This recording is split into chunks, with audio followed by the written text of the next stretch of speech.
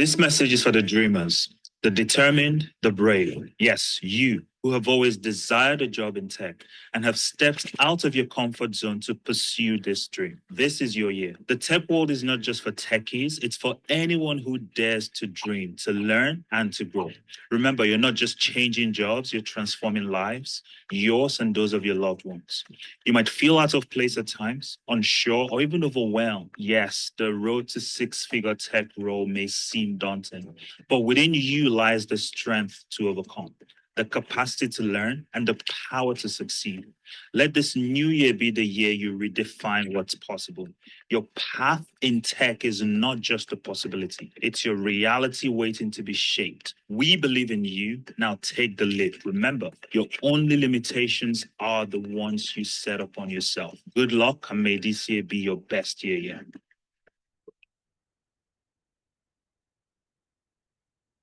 Okay, so good morning, good afternoon, good evening, everybody. Welcome. So today we're going to have a great time. It's just going to be a conversation where we educate you on what is actually possible within the tech world. So we're going to show you how you can secure a fantastic job and earn up to $105,000 as a cybersecurity professional. Yes. And this all comes with no experience. So you don't need to have experience in order to make this transition. Why? Because there are ways through which you can position yourself to take full advantage of these opportunities. And that is what we're going to discuss here today. So welcome. You are in the right place. You are, making the most of your Saturday by joining this webinar, because by the end of today's session, you will at least be equipped with the information that you need to make this transition. So regardless of your background, welcome. My name is Stephen Adindo, and I'm the lead coach at the Career Accelerators, where we help non-tech professionals transition into fantastic tech roles. And cybersecurity is just one of the areas that we focus on. We have other areas as well that we support people in. And our promise to you today is that if you stay till the end, there's a lot that we have in store for you. So for example, you're going to primarily learn about the cybersecurity career path. Because these days you hear things like, oh, there has been a cyber attack here, there has been a cyber attack there. Oh, this organization is experiencing an attack. Someone has hacked into this organization. Or maybe even let's bring it home, right? Sometimes you hear of people's accounts being hacked. You hear of someone's Facebook account being hacked, or you hear of someone's WhatsApp accounts being hacked. Again, what is that about? What does that mean? What is actually going on? Is it that those people are so careless, or is it that you have a set of superhumans that can easily penetrate into anybody's account? And we're going to talk about all of that today, and we're going to talk about how you can position yourself to become a cybersecurity professional where you work within this space.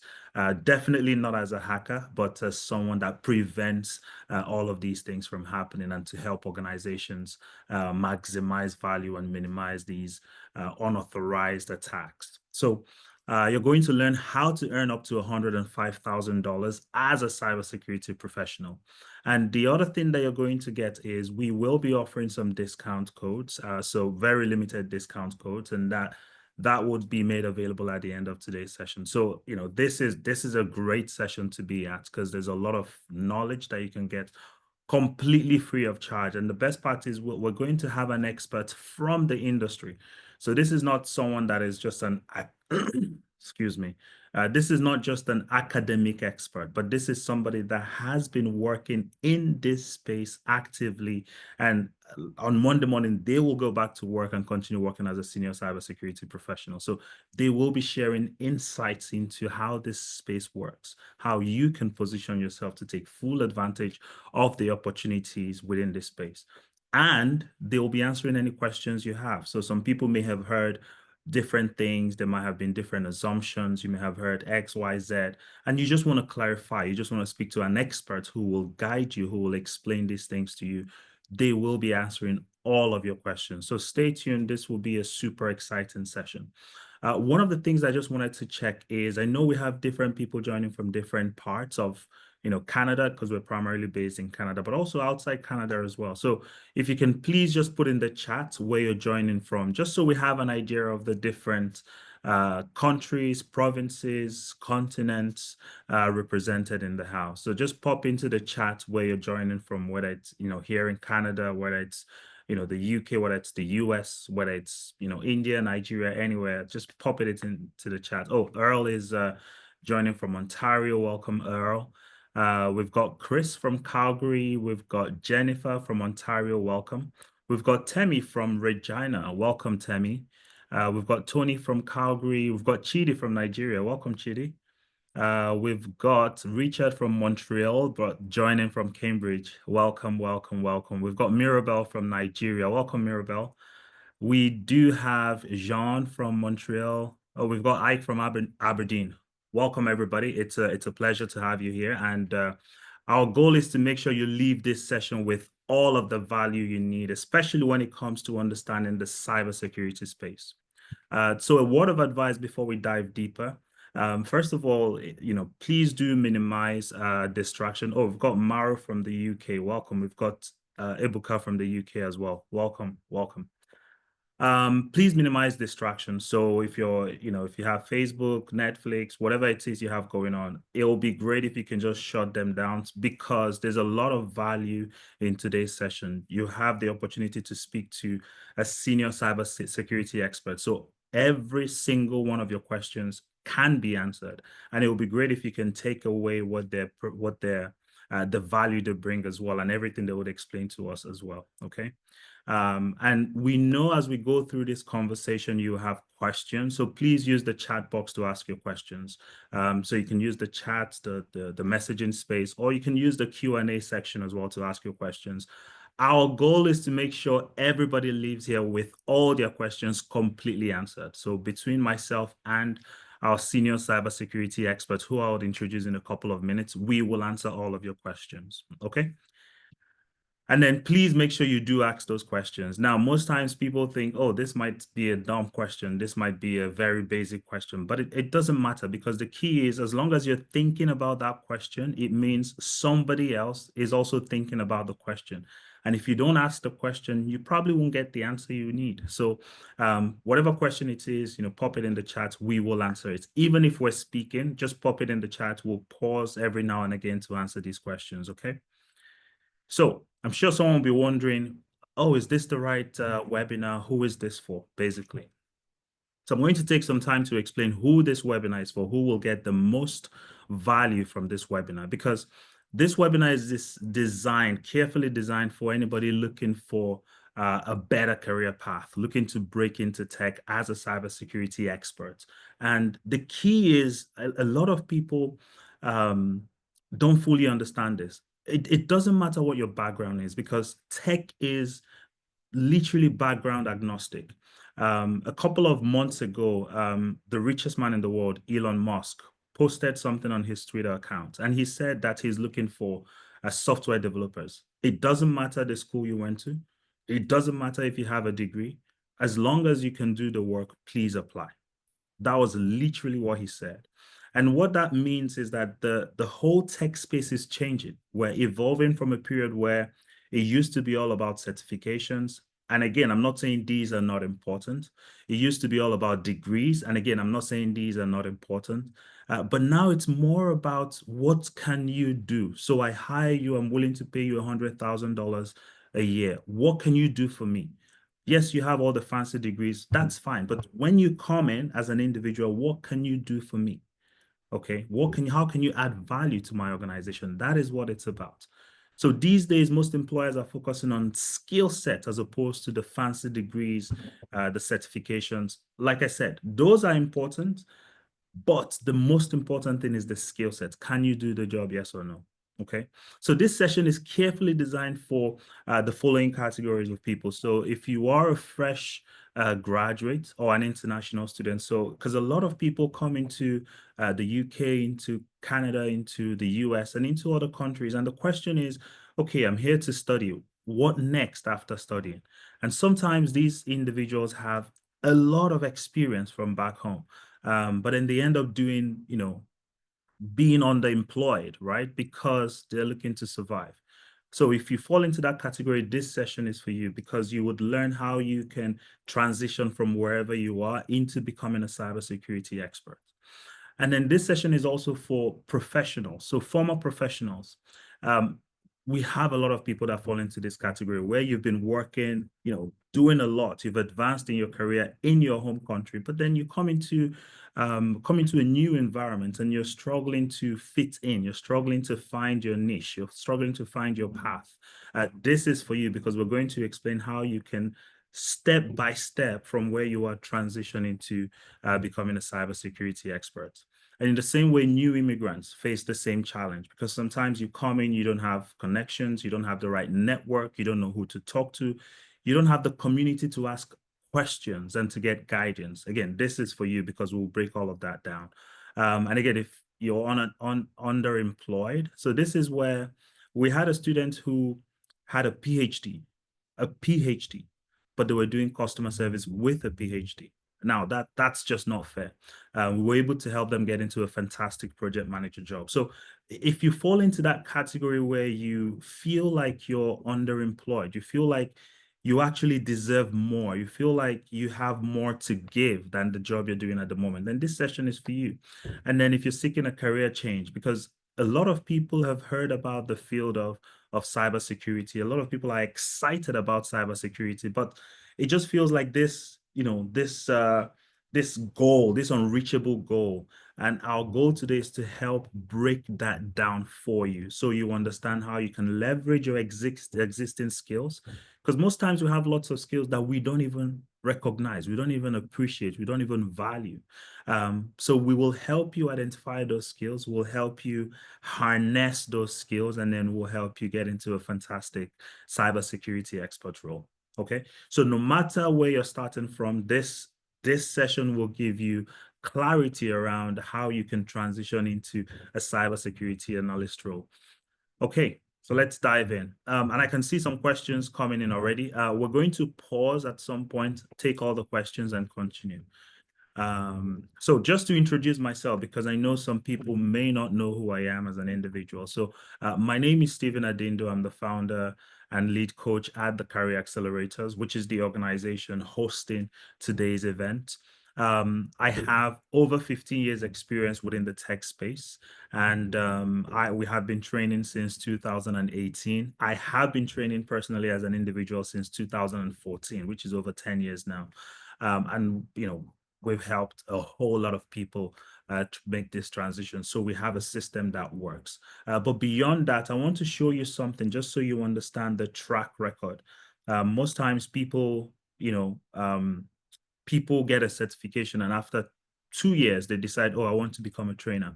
They don't have the depth to train, but I'll show you my background so you understand why the Career Accelerators is doing a phenomenal job when it comes to training. So in 2020, I obtained my PMP and CSM. So this is 5 years ago. 2018, I obtained my CBAP, which is a business analysis certification. This is 7 years ago. In 2017, I got my PSPO, which is 8 years ago. 2016, I got my PSM, which is 9 years ago. 2015, I got my diploma in business analysis from the UK, so the British Computer Society, which is 10 years ago. 2014, I got my ITIL foundation, which is IT Infrastructure Library Foundation. That's 11 years ago. And then 14 years ago, I got my Prince 2 practitioner, which is the highest project management certification in the UK. So again, you can see the track record. This is evidence-based track record.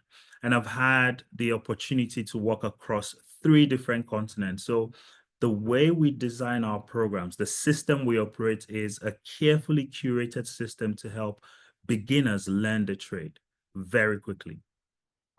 And we have directly transformed the lives of over 500 people since we started. And these are 500 people that have succeeded, that have achieved their dreams of transitioning into tech, regardless of the role, whether it's cybersecurity, which we're going to learn about today, or whether it's other roles. Okay. So I want you to know that you're in the right room with the right people, with the right experts, with people that have the knowledge, experience, expertise to to help you achieve your dreams, to help you transition into a fantastic tech job. And by the way, one thing I would like you to bear in mind as we go on this journey is that it is 1000% possible. Because sometimes I was I'll digress a little bit, but this story is important. I was on Reddit, and someone asked a question, because every now and again I just kind of help people by answering some of their questions. Someone asked a question if it's possible to transition into tech without prior experience. And I took my time to respond to the question because I've seen this happen for thousands of people. Thousands of people, literally. So sometimes when you don't know, you don't know. It's always better to interact with somebody that knows, somebody that understands, someone that can handhold you through the process. Okay, so 100% it is possible for you to transition. You just need to understand where you're transitioning into, which we're going to talk about today. And then secondly, how you can transition smoothly, which we're also going to talk about today. Okay, so I want us to go on a journey. This is a collective journey that we're going to go on. And I want us to, because over time we've recognized and realized that motivations play a crucial role in our lives. So it all depends on the why. Sometimes understanding the why is actually the game changer. So I want us to go on a little bit of a journey to think about some of the motivations and think about what it would feel like if we can achieve some of these things. Because we've had instances in the past where you have people desire a better career, desire better earnings, desire a better job, maybe because they want to support their family, or maybe because they have friends who have made the transition, and they admire what their friends are doing and they want to do the same, or maybe because they feel the pressure from maybe other people. Oh, I need to measure up, or maybe because they believe that they have what it takes to do more. So regardless of what your situation is, let's go on this journey for a couple of minutes just to understand what it would feel like,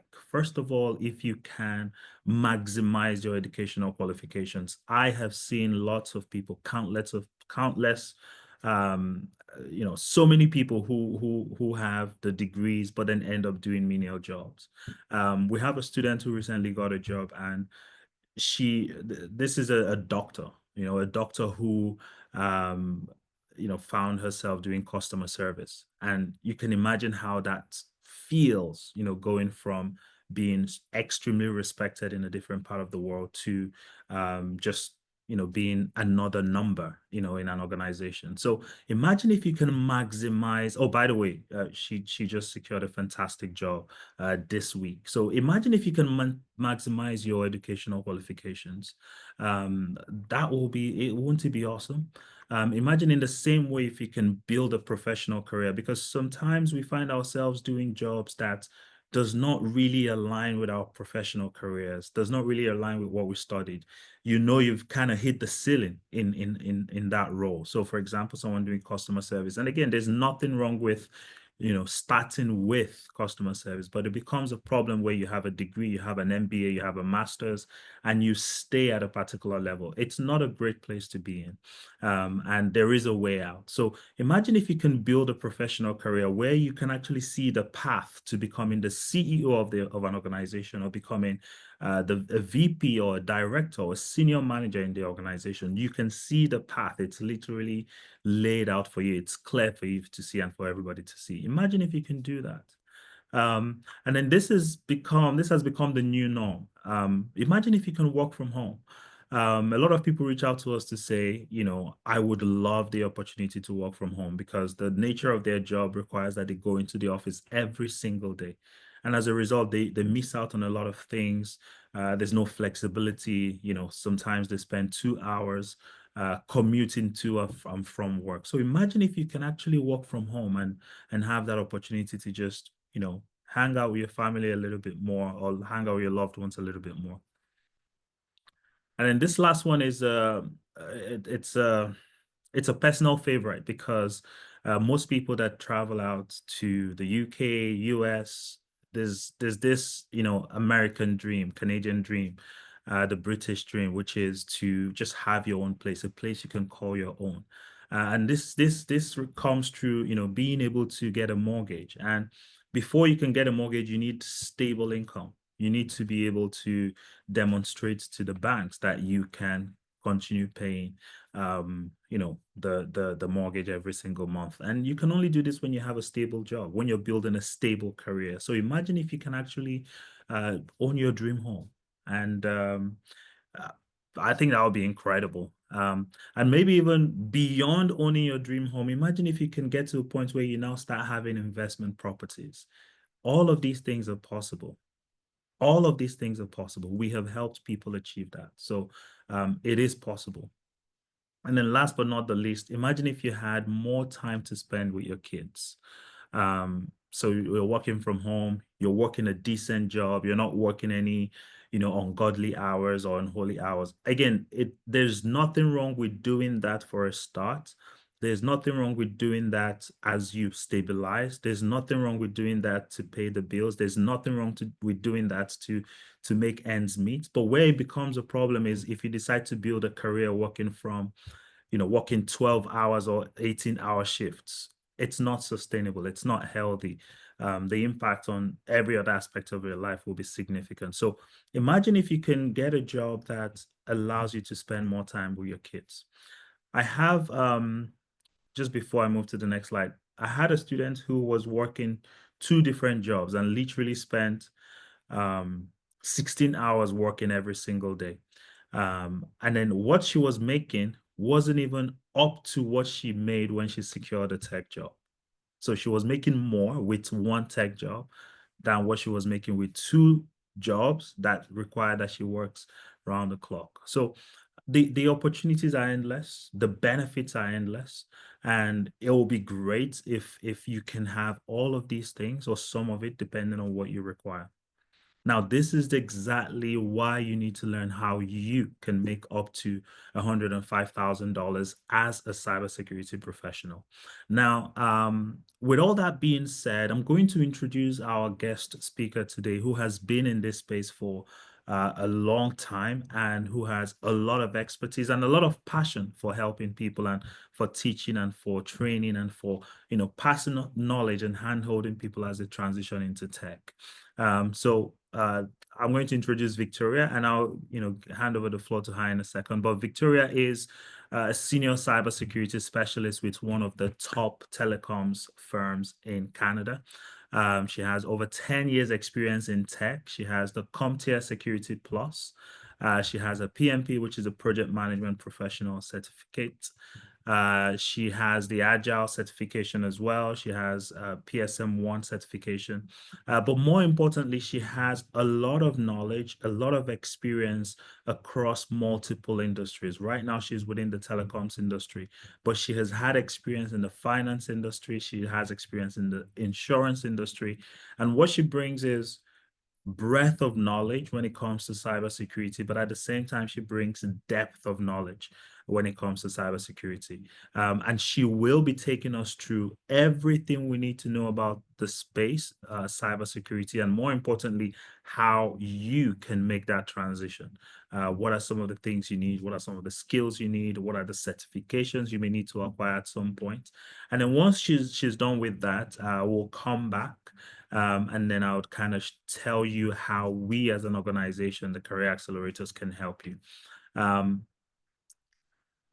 So I will hand over to Victoria. Hi, Victoria. Hi, good morning. Good morning, Steve. Good Can you morning. hear So I me? know your video. I'm Yeah. going to give you the ability to turn on your video.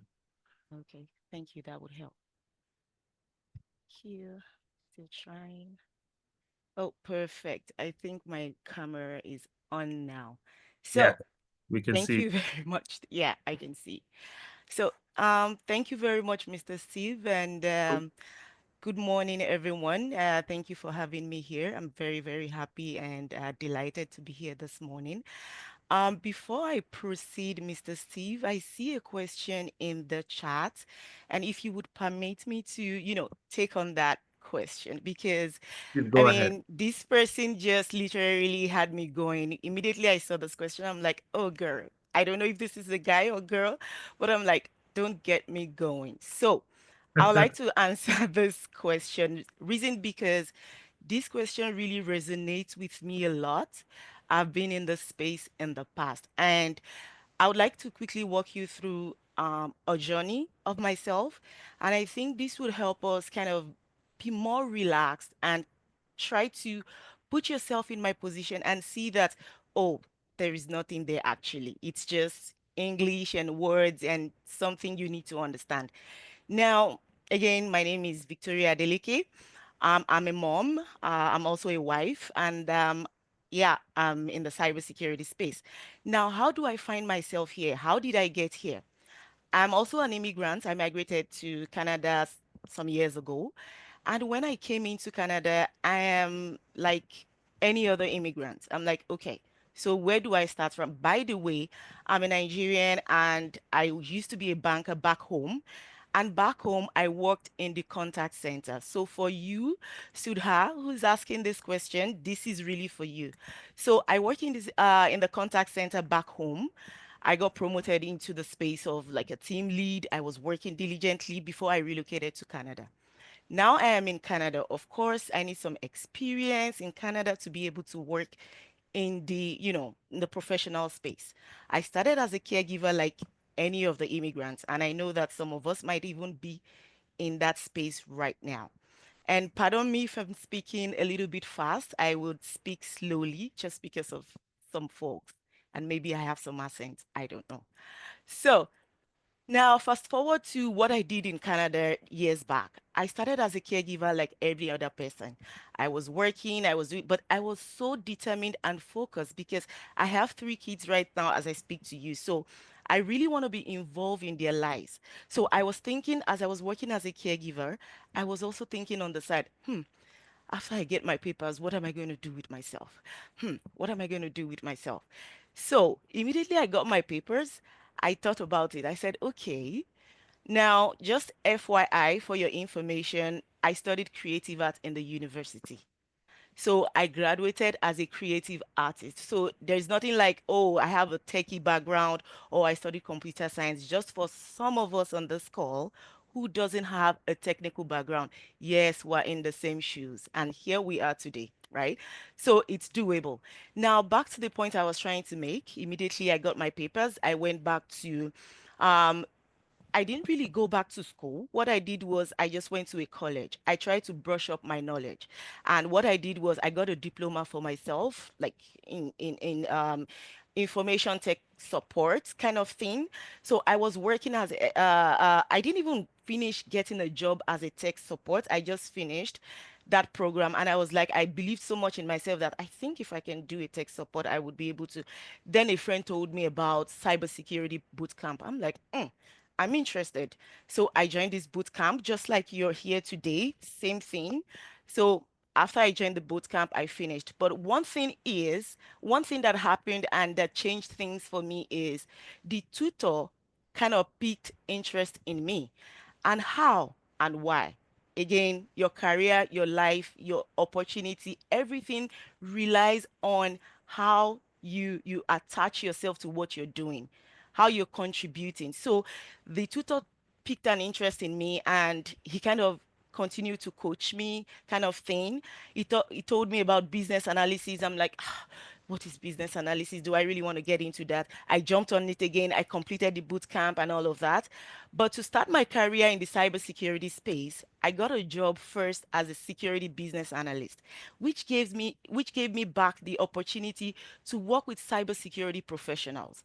Like they need to work with me and I need to work with them for them to really, really get their job done. So I use this opportunity to leverage their knowledge to help myself. Not that I did not further to learn, I continue to learn on my own side.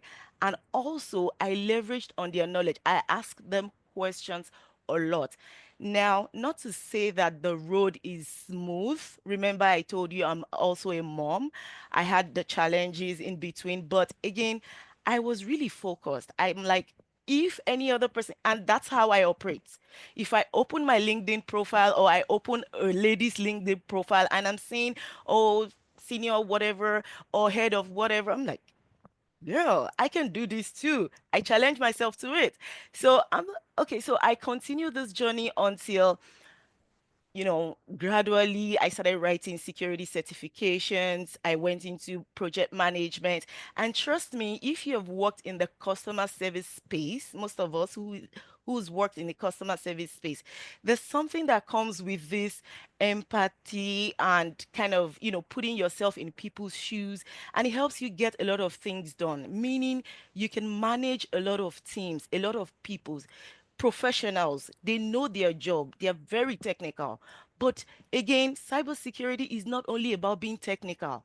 They need you and I, who does not have a security background or who even does not know their jargons, to get their job done.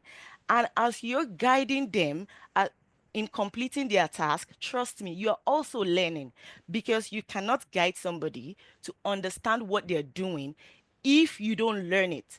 So that's the way it works. So for you who have, I'm going to just wrap up that story because I have a lot of things to share with you. But again, for you who does not have any security background, technical background, customer service background, caregiver even, there is nothing stopping you except you. You can do it. If I can do it, I believe, and I can tell you, I work with top professionals today. I try to make myself clear. I try to understand them, and we get the job done. And that's what I mean. Steve was just mentioning. What do you bring to the table? It's not about your certifications. You can see it's not like I have CISSP or whatnot. Well, I'm still working towards it, but again, I am very valuable in my company. Where I work, they really value me because I make sure their job is done. Again, we'll get into details and help you understand what area can you better utilize your, I call it veto power. All of us have it in us. It's just that we don't maybe know where to channel it. And again, on your first job, you can determine what you're going to be doing best.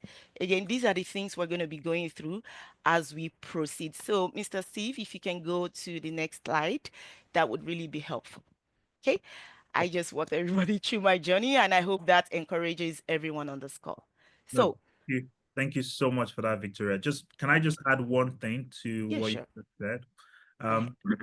One thing I'd like to mention to you, Suda, is it is 100% possible, like Victoria said. And I love the fact that Victoria did not just provide an academic response. It's her live response. That's the difference. It's you don't have to go far to hear someone's success story. This is her success story, her journey.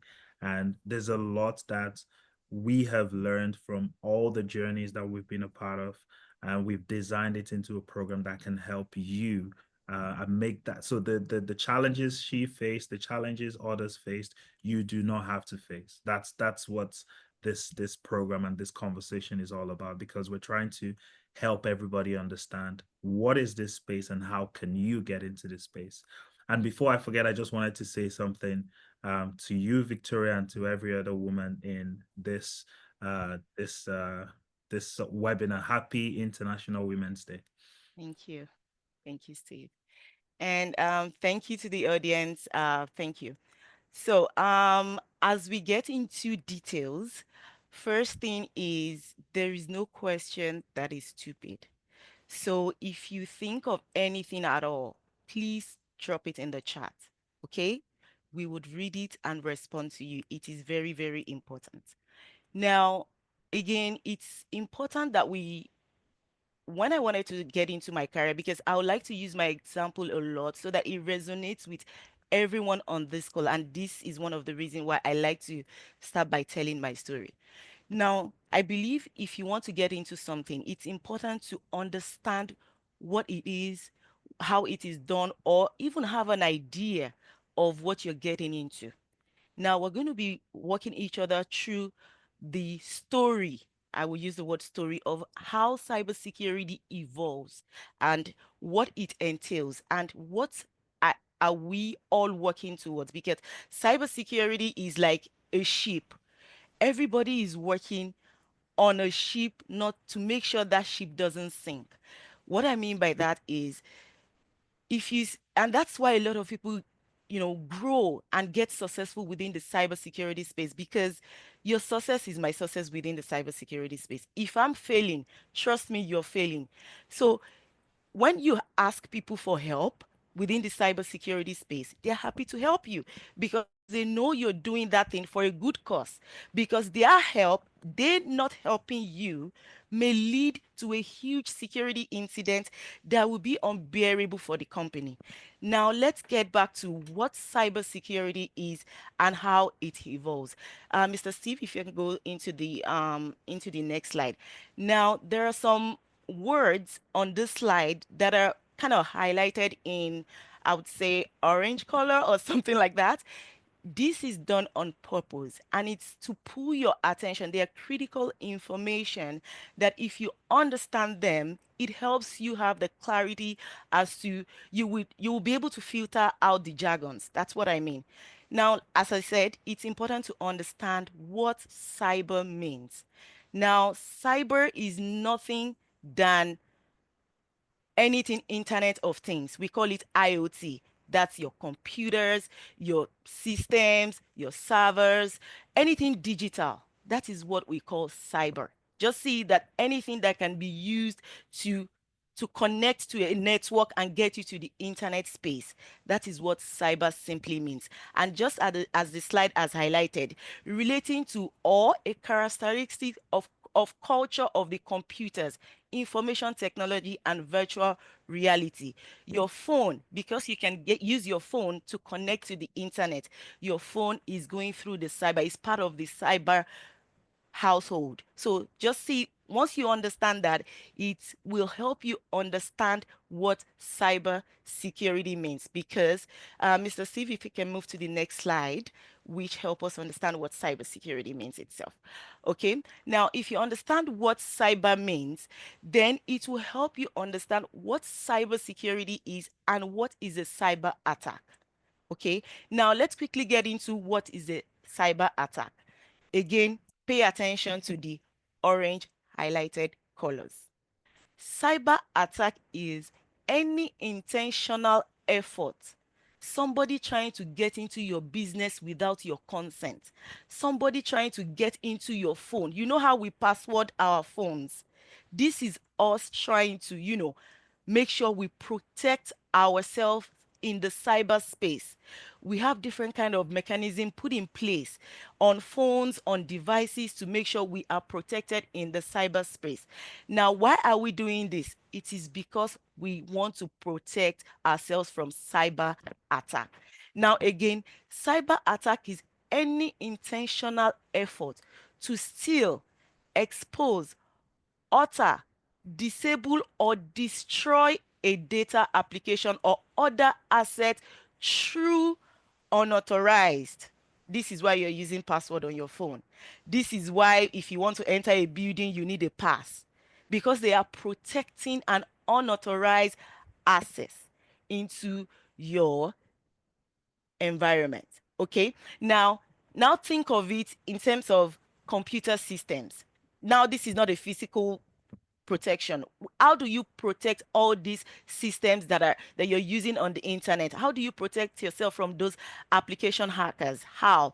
It is by, once you connect to a network, anything can happen to you. And this is why you need to protect unauthorized access to a network or computer systems or a digital environment. And this is what you and I were being paid for. This is what we're working towards day in, day out to prevent all these threat actors by getting into our space. You can imagine you are learning what cybersecurity is, how to protect an organizational systems and all of that. And somebody is somewhere else learning how to breach what you're trying to put in place.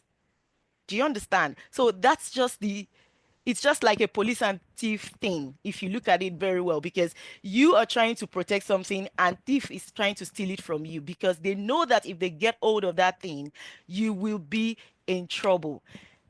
A lot of things happen when there's a security breach, and we're going to be getting into the details. Exactly, Richard. It's like cop and robbers kind of game. Okay. Now, Mr. Steve, if you can proceed to the next slide, I think that kind of help us understand what a cyber attack is. Now, cyber is all the systems, computers, Internet of Things. I'm just trying to roll it back from the first slide. That's what cyber is. Now, cyber attack is somebody trying to get into those systems, those phones, those servers, computers. That's a cyber attack. Now let's understand what exactly is a cyber security incident. I'm pretty sure most of us must have heard cyber security incident. And I will help you also understand why sometimes it's not an incident. Sometimes it's just you and I that did something wrong.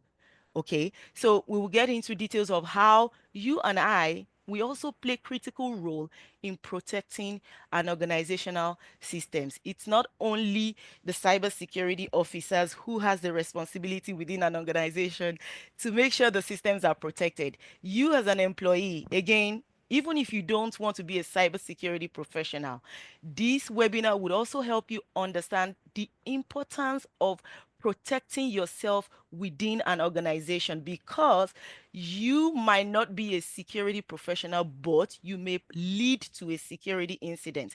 And if a security incident happens through you, it's a big deal within an organization, because you will have to explain how that happened. Okay, now let's move forward to the next slide and talk about some major security incidents that has. And even before I get into the slide, I don't know if some of us had heard what's going on about a major bank in Canada. And this is very recent. This just happened in 2024. And this bank, I don't want to mention names right now. It's not Desjardins. It's not Desjardins. But what's going on with this bank is they kind of, moved money through them. There's an organization called FinTrack. They kind of monitor financial institution. They make sure that they protect company money laundering, all sort of things. That's why banks tighten up their KYC, making sure they understand who you are. You fill a lot of forms and all of that. Now, this bank, one way or the other, they laundered money through them to buy terrorist ammunitions. That is money laundering. And it shouldn't happen, because there is an organization, there's a standard governing all the banks. Now, after investigation, you're guilty as accused. Now, when a major security incident happens, a lot of things follows. Yes, FinTrack, yes, correct. Now, a lot of things follow. Aside from the fact that the organization is losing data, let's just have a scenario now and look at this that I'm displaying in front of you. This is about Marriott Hotel. Now, data of about 500 million guests was exposed. Do we know the implication of that? Okay, I'll quickly walk us through what that would mean for that organization. First of all, you and I would agree with me that sometimes hotels would insist that, oh, you need to provide me your credit card. Your credit card, your information, everything is there. Now, that would have been breached. Your PII, we call it PII, personal identifiable information. Okay? All of your data has been breached. It means they can impersonate you. They can request for a credit card on your behalf. Anything can happen with that information. And aside from the fact that the people whose data has been exposed is risky for them, another thing that would happen again is this organization might not remain the same again. Okay, this organization, Richard, thank you very much for helping, putting down the details of these cybersecurity jargons. It's really important that everybody understands it. And as we enroll, we dive deep more into the session. I mean, in the class, we're going to be having sessions to discuss what these jargons means. I mean, you would hear them a lot at work, and it's really important that we understand them so that we can roll in and dance with the tune as we start working. Now, another implication for this kind of organization is they might not even be able to rise to this standard anymore. And it ruins a lot of organization, because they will lose customers. Nobody wants to trust them with their information anymore. Nobody wants to lodge. And again, aside from that, another thing that would happen is fine. There would be a fine. If an organization, if you deal with cards, There is an organization, there's a body, there's a standard guiding what you should do versus what you shouldn't do. And why are they guiding those things is because of things like this. I'm pretty sure that if this organization, if they follow that standard word for word as it has been written, they will hardly be breached. I'm not saying there won't be a breach, but it will be very, very minimal. Again, we humans, we are the weakest link when it comes to cybersecurity. And I will explain that to you as we move along. So, Mr. Steve, can you please move to the... Now, this is another attack that happened way back. See, Yahoo just said every single account was affected by 2013 attack. It means that 3 billion in all. Do you know what that means? And for all of us that are not security savvy, don't put information that are very, very true about you on some applications. Don't do that. Don't use the password you're using at work on any of your personal accounts. Don't. All these things we don't pay attention, but they are really, really, really risky. Because you remember, threat actors, they are very, very smart. They are working against you. You cannot be smarter than the person, monitoring you. Let's put it that way. Because if you use that password on that's your personal account, because you don't have an antivirus on your system, because your system is not protected, a threat actor gets into your system and gets this password. They perform reconnaissance, they start checking into your system, and then they get this password. Guess what? Remember that you have put your details on LinkedIn, that you work at so company, you do this, you do that. They can guess your username. They can guess your username. They can guess those. There's something called password spray. They will start trying different passwords they've seen on your own personal computer. And before you know it, they'll get into the organizational system. Guess what? Because it is your information, it is very easy for them to escalate their privileges. Because this is not somebody deceased. And the system talks to the handshake that it knows. If you are missing one word, you would agree with me. If you're typing in a password and you're missing one word, it will never work. But if somebody gets hold of your own information, it will work. They will get to in fact, the most important server or data center in your organization, they can get there. And guess what? That incident originated from you. Don't think organizations don't know how to trace an event. There are logs. They would see everything. So don't be too careless. Be careful, because most of these breaches are as a result of people not doing the right thing. And this is where you and I come in as a GRC professional or as a cybersecurity professional, because we are there to guide organizations, to guide people. People would say in a country, if there is no law, there is no sin. Here, there is law, and that law needs to be followed, because there is sanction if you get found wanting, like if you don't do the right thing. And this is why FinTrack is now on top of this bank now to say, I think they were fined about 9 point something million dollars. Yes, this just happened just last year. Do you know another thing that would happen? A lot of people will lose their job. You see, and taking it back to when I said cybersecurity is like a ship that everybody is working towards not to sink.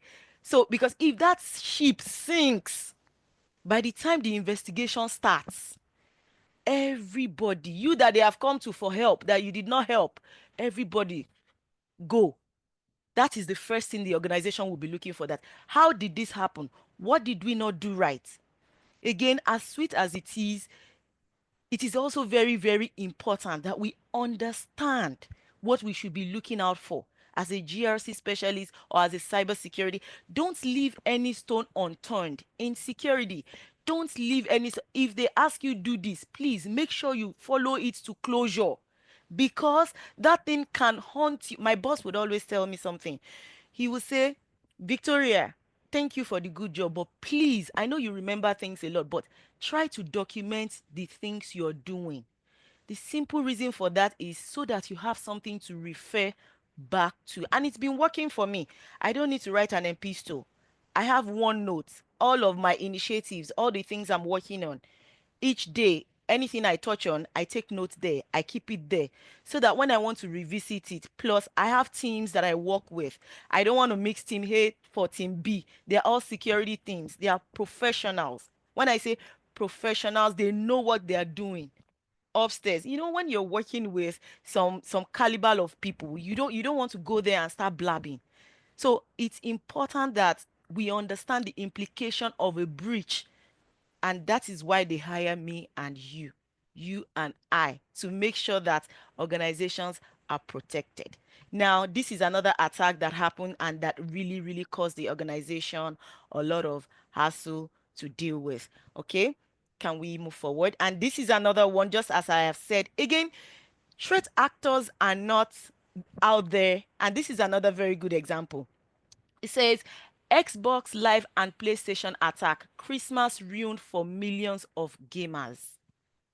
This might just be an attack from another company, another gaming company. I mean, security breach or security incident happens for different reasons.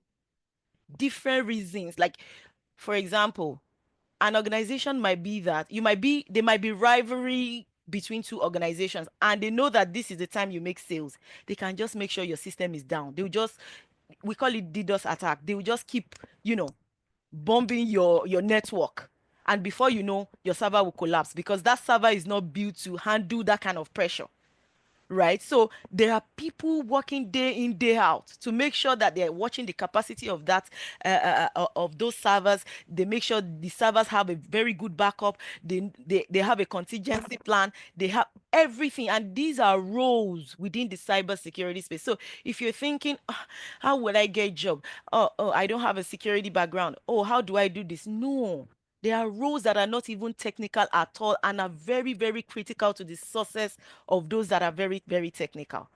Like, everybody is useful. And you know what I really, really find interesting and fascinating about the professional space? Most of us immigrants, we've all been doing this in our countries, one way or the other. But the names they call it here, or they refer to those roles here, is not the same as what we see it as. For example, I see, if you can gather information from a customer, you can work on process, you can report on what you're working on, like statistics of call center, how many calls we receive. You can also help with some strategic decisions.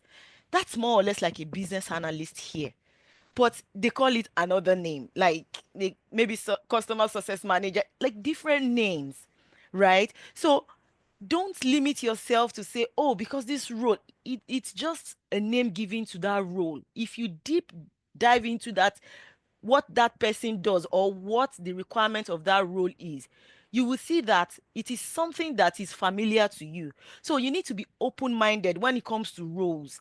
Sometimes you get there and you be like, "Ah, so this is what this is about," and I've been thinking, and that's what I'm trying to help you understand from these slides that I'm sharing, just to help you understand your own importance in the cybersecurity space and how you don't really have to be technical to get the job done. Again, there are folks who are extremely technical: security engineers, solution architects. They are all within the cybersecurity space, but they are very, very technical, right? So again, we are all important. Everybody is working for the ship not to sink. And these are the results. Like, this company now wasn't available during the Christmas time. And I believe this is a peak period for this organization, but threat actors made sure they were not available. Of course, they will lose a lot of money.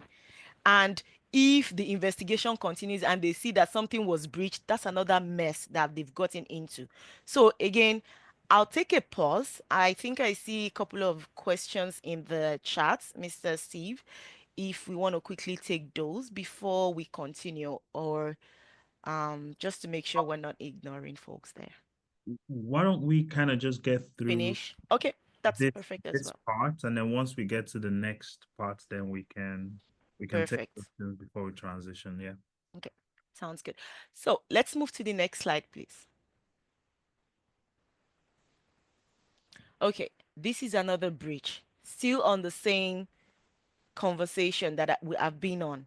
This is another 400 million accounts on a dating site. Some of us will go on a dating site and put all the information that you know that is not private, or you know that that information will be exposed to everybody, then you still put it there. Some of us who are so accurate with our date of birth on dating sites, come on, there are people there that are not there to date, they are there to harvest your information.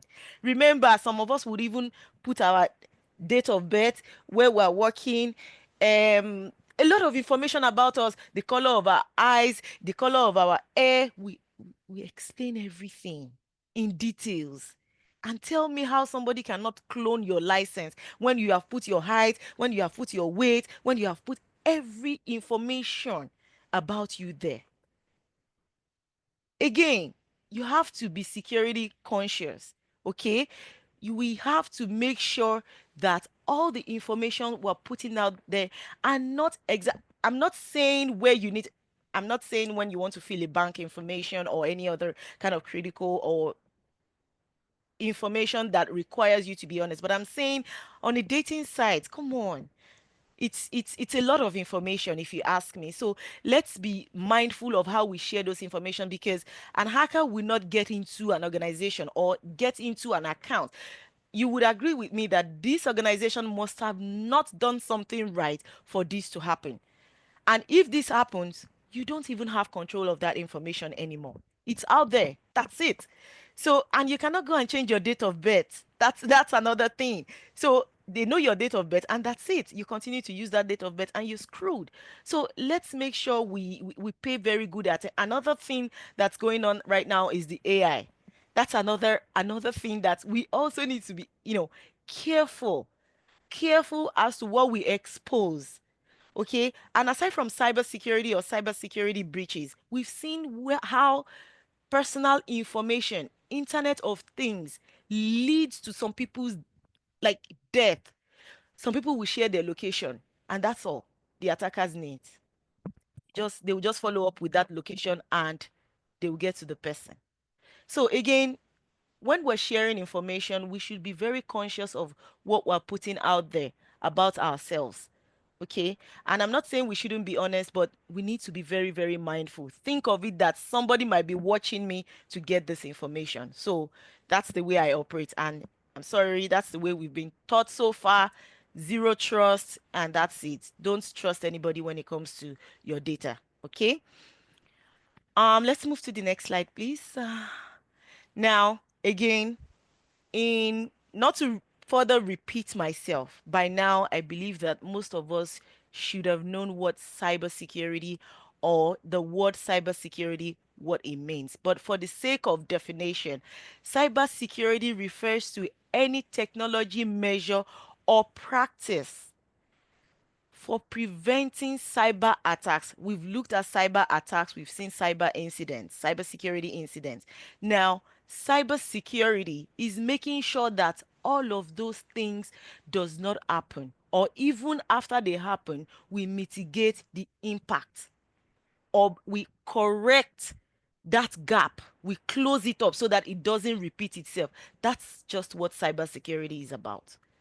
So if we're saying cybersecurity, if you're hearing cybersecurity, now to be able to protect all of these assets, you will agree with me that everybody has to be working on the same goal to achieve that. And that is what cybersecurity is. So a solution architect has to work with security engineer, has to work with the incident response team, everybody, and needs to keep talking to hands for you to be protected.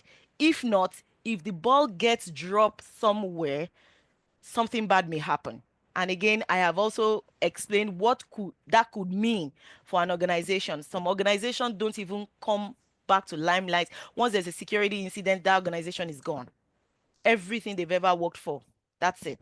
So again, this is why you and I were very, very important within an organization to help them protect all of their assets. That's all we're doing. We're protecting assets. We're making sure that organizations are compliant. Whatever security procedure has been laid out is being followed. Whatever policies the organization says we should follow. Again, no law, no sin. Every law is followed. That's what we're doing. We're following it book by book. As a GRC analyst, you should be able to spot, if you look at the documentation, you should be able to spot an anomaly to say, how does this process work? By the time you listen and listen and listen to how that process works, you will find something missing. And I'm talking about organizations that are not following security standards, that are not following organizational security procedure, and we'll get into that details as we proceed. Again, lastly, cybersecurity is us preventing cyber attacks. All our servers, all our computers, all the virtual machines, cloud assets, everything, protecting them. Your phones, the application on your phones, measures to protect. And this is why you see Apple, all these phone providers, they tell you, please upgrade your upgrade your iOS, upgrade this, upgrade that, updates that you keep doing on your phone. It is because there's a bug. It is because there is something they have noticed. People are working day in, day out to make sure that phone is protected, because if anything gets breached on that phone, they will be sanctioned. Okay, they will be sanctioned, you will lose, they will lose, and they will still be, a lot of things would go wrong. This is why people are working in day in testing. Another thing that is really, really evolving very fast now is DevSecOps, meaning that as we're developing any security or any tool, we are thinking security at the same time. For example, if you're building an asset from the beginning, as you're building it, you're putting a security layer on top. Okay, you are hardening the system from the beginning. It's not the era of, after the solution is built, then we'll start looking for the antivirus to support the solution. No, in the beginning, and that's where we have the likes of golden image, where organizations will put like 5 security controls in one golden image. And once you spring up that server, or once you spring up a new system, once that golden image is copied on that system is automatically protected, meaning there's already antivirus, there's already data leak prevention tool on it. A lot of things would have come with the system. Some of us, I believe some of us would be working for maybe one organization or the other. Some of us may even have access to personal computers. All these computers are protected. Some of us, before we log in, there are tools that we need to, log into first as an antivirus before we can connect. Some of us, it's VPN. We cannot do, for example, my system. In fact, I used to tell people that if this system gets stolen, I don't know what will happen, because the kind of security layer that they have put on that system, there is BitLocker, there is this, there is Symantec, there is that one, there's VPN. A lot of things. They call it defense in depth in cybersecurity, because you never can tell where a cyber attacker can get, or what information they can get to get into the system or to get into your organizational network. So organizations, they make sure that they put different kind of measures in place to protect their system, because they know that there are penalties if anything goes wrong at any point in time. Okay, now activities to protect those systems is what we call cyber security. Okay, now let's move forward. And thank you for the chats. I'm enjoying those. We're still going to get into your questions as we proceed. We're going to be answering those questions. Now, let's quickly look at cybersecurity statistics. Now, what do we mean by cybersecurity statistics? And it's simply, let's look at how cybersecurity is, or is security incidents. What is the index right now? How bad is it right now? Now, again, this happens every minute. People are working day in, day out to make sure that they get information on your security systems or even your personal data.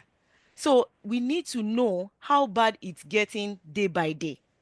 And as we understand that, we would understand the opportunities that are there for us to take on as a cybersecurity professionals.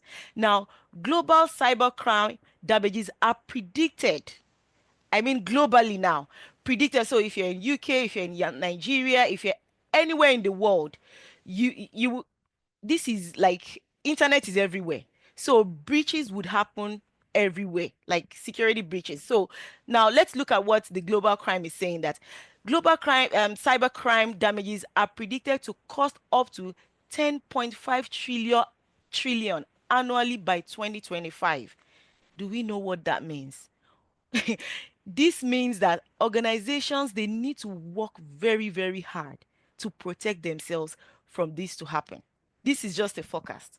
So if somebody is not doing the right thing, if somebody is not hiring, something will go wrong. Some organizations, they cannot even monitor their own assets. And this is why we have security operation centers. Some of us might have heard of SOC before. It's called Security Operation Center, where security activity monitoring and reporting is contracted to another company to help them do it. Some of us are tech support for Microsoft or something, but we're not exactly working with Microsoft, but we're providing our customer service expertise from through another company, something like that. That's what that is. Again, bringing your security activity to an organization to help you handle that, because you don't want to worry about. And this is really common within small organization. There are people working there. Okay, there are people working in the organization to make sure even the SOC is giving them report. So we are useful whether within the SOC or within an organization. They need us. They need us to protect this from happening. Okay, can we move to the next slide, please? So if you're thinking, oh, how do I get a job? It's just a mindset. The job is out there. Now, I think I've mentioned this a couple of times as I speak. Human error was a major contributing cause in 95% of all breaches. I'm sure majority of us will be thinking, how? How is that possible? If now, aside from putting in place some security controls, administrative controls, do you think if people don't know about something, do you think they will be scared of it? They won't. If you don't know about something, you will not be scared of it sometimes. Now, see it that way, like trainings, awareness, and employees understanding of cybersecurity breaches or attacks and standards. It's very critical for you to have a success story when it comes to cybersecurity. Some of us must have seen or received in our email box, there is one money that is waiting for you, click on this link, or a parcel is waiting for you, click. In fact, sometimes text messages, we call it phishing emails though. It's called phishing because they are trying to fish you to click on a link, and once you click on that link, trust me, a lot of things are started happening on that your system, on that your phone, or on that asset, internet asset that you have used to click on that link. So again, let us be careful. Some of us will like anything free. Oh, there's a sales going on, click on this link, bam, we already clicked on it. Be careful. Stop clicking on links. That's why we humans, we are the most conscious, because imagine somebody puts in place thousands of security in depth, like security layers, and just an email comes in and you click on that link. Do you think all those security layers will work? They will not, because when you click on link, let me tell you quick possible things that may happen when you click on a link. It depends on the kind of attack that is within the link, or the type of incidents that would happen, and this depends on the threat actor, because the person who wants to attack you already know what they know what they want to do, right? So one, it could be a malware. Once you click on that link, a malware will be deployed on your system, and what malware will do to you, it could be something of ransomware. It will just encrypt all your system. Boom, you are not able to click anything again. In fact, if it's like a big organization, they will just put on their screen, you have just been ransomed or something like that. There's an error message that they would see. That means that system has been encrypted. You need to, some will request for money. Okay, so it's important for us to understand what link we should be clicking on. Another could be it will start deploying a remote control to the attacker, meaning that person will now be able to control your system remotely. You will not know. The person will be in the background performing a lot of activities. We call it reconnaissance. They will start looking at what information they can get, what access they can get from that system. Now, imagine if you have put different kind of, different types of or kinds of security solutions, and somebody gets free access into that system. Of course, as I said earlier, it works on what you have configured, and that system recognizes your user ID. So if that person have remote access to your system, the system will assume that this person has been authenticated into that system. Except, again, the first in-depth, there's something we called, I would remember the name, but what that security control is, okay, we call it UEAB, user behavioral. I'll remember the name, but what that does is, for example, let's say Richard has been given access within an UAB. User has been given access, UEAB. That's exactly what it's called. I'll remember the acronym very well. What that does is, that security solution, what it does is, once you've been given access into a system, for example, Richard is a customer service person, okay? That has been established, and that's what the system understands. Once Richard is trying to perform the role of a manager, it will flag an alert. That means that's a security control on its own. Once you're trying to do another person's role, and that's another very easy and fast way to catch if the attacker has maybe launched into the environment remotely, because they would start performing the task that ordinarily Richard cannot perform. And this is if the organization even have user behavior analysis. Yes. Once you start behaving otherwise as the system understand, it will fire an alert. They call them use cases. It will just say, once Richard tries to do this more than, and this is why some system locks you out. When you're trying to guess a password, or you're trying to put in a password in the system, they would have configured it in the background that once you enter what the system does not know more than 3 times, lock the person. Because the system will assume that you are trying to breach the system. So these are all security controls that are put in place for you to be protected, okay? And now, again, if you click on a link, it has consequences. Be careful of the link, because some organizations are not very sophisticated that once you click on that link, they can catch that somebody or something is happening within that environment. But eventually, when they find out and they see that you are the one that clicked that link, trust me, you're losing your job. That's just a simple word. You're losing your job. This is why it's important for you to understand, to be security savvy, to be aware of the things you should. And again, there are policies in place within organizations that would help you understand what you can use your computer to do versus what you shouldn't be doing, what site you should be going versus. In fact, some organization, when you click on a particular link, it will tell you you cannot access this site. That is a control somewhere, because they know that that site can can harvest your information. Something may go wrong if you go there. Okay, and the organization will do themselves good by using a firewall, we call it firewall, to block it, to make sure that you don't get passed through that network threshold they have set for you. Okay, you would even see that based on roles within an organization, some executives, they can open any site they want, but you cannot do much as they are, you know. So all of these things, they are security measures that organizations need to understand through standards, through procedures that you and I will be working on to help them understand what they should do versus what they shouldn't do, right? Now, let's quickly move forward. I think we're losing time now. But I'm trying to make sure that everybody understands how all of these things works, how our behavior as well as an employee, or even as a cybersecurity professionals, how we can better be protected, because again, we're all working towards protection. Yes, thank you, Gavies. policies as well. If there is a policy in place that says don't do this and you have done that, you would have to explain to the organization why you did not follow the organizational policy. Some policies would even tell you you cannot work outside of Canada.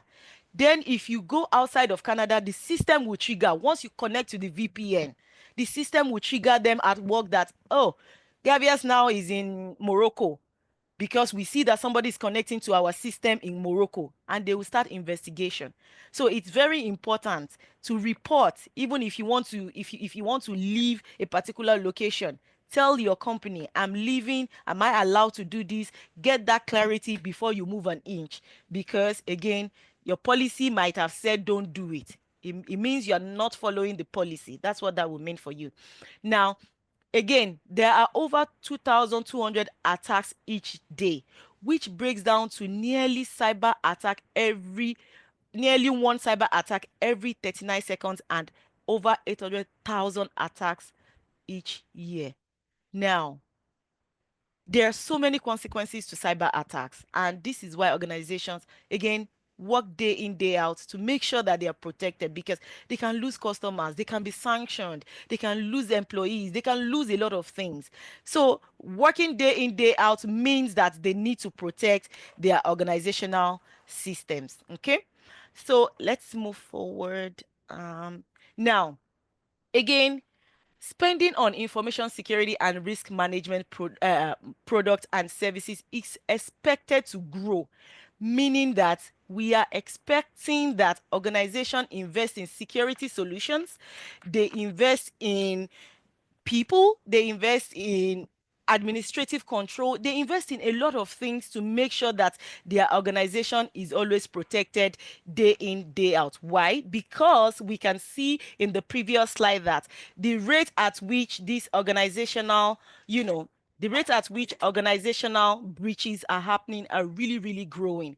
And this is another reason why we are there to be hired. A lot of people are out there and they can get hired because there are opportunities there. They need to protect their systems, whether they like it or not. Organizations need to protect their systems, and that's how we get our own job done. Okay, so if we can move to the next slide. So if you're investing in yourself within the cybersecurity space, trust me, you're not losing money, you're not wasting money anywhere you are in the world. And what makes it even more interesting is cybersecurity is the same everywhere. Whatever cybersecurity means here in Canada is what it means, or what it will mean in UK, in Nigeria, anywhere in the world. We're all working towards the same goal. Everybody's working towards protecting an organization. So if you learn here, you can find a job in Nigeria. You can find a job in the UK. Once you know your job, you're able to work anywhere. When it comes to cybersecurity, you have a particular role you're interested in, you master that role, you can work anywhere, anywhere. So now, importance of cybersecurity, there's something we call the cybersecurity triad. Okay, so for everybody to be successful, we have to be working towards the same goal, and those goals are integrity. Integrity means accuracy and completeness, meaning that whatever information we have in that system is always accurate, is always complete. It's not like when you want to now get into the data, something is missing, they fetched out the personal information. So it has to be, that integrity has to be there. And this is why we have people putting in access control in place, making sure they protect your system, because they don't want anybody to get into it, unauthorizedly accessing that system. So that is why we're all working towards that integrity, and there are several security controls and solutions to help protect the integrity of a system. Now we have confidentiality. Now, privacy of information. Whatever I don't want Richard to see, Richard shouldn't be able to see it, whether he's an employee of our organization or not. My role says I can access, I can configure this on the system. It does not mean Richard has to do the same because we're working in the same business unit or the same office. That confidentiality has to be there always, and it's beyond role. Okay, it might be your organizational property. You need to protect it. Some of us, we keep our information, some data on sticky notes. And when we have external, folks come maybe to assess us or something, sometimes when we have external auditors, they want to get access to that system. They want to check what you're doing on your system. Some of us get carried away. All those data that you're keeping around within the system, it could be documents or something. If they're not supposed to be exposed, keep them, because you're breaching the confidentiality of those data by exposing them. Again, in the security space, it is very, very key that you protect information that shouldn't be exposed, the confidentiality of that information, availability of information. Anytime we need that information, it has to be available. Look at the attack that happened the other time for the Xbox. They made sure that server, that system wasn't available. That is cyber breach. We need to be working on making sure that that system is not down. People are able to access the system anytime they want to access it. Some of us, we want to purchase something online and we'll just be clicking the thing, will be telling us system not available, system not available. Something is wrong in the background that people have already started working day in, day out to make sure that system comes back to life and you're able to, because they're losing money. And on top of it, if it's a security breach, they're in a mess, right? So that's how we work. The cybersecurity triad, anywhere in the world, again, we're all working towards this same three goal: integrity, confidentiality, and availability. And this leads to different roles within the cybersecurity space. Okay? If you can move to the next slide, please. Now, I would quickly touch on this, and I don't want to, because of time. We have different kind of control. How do we make sure we protect all these assets? How do we make sure we protect these computers? We have broken it down in the cybersecurity space. It's been broken down into different kind of controls. And when I say controls are measures you put in place to control the is like the measure you put in place to make sure that thing does not happen. Okay, so now we have an administrative control. Again, if there is no law, there is no sin.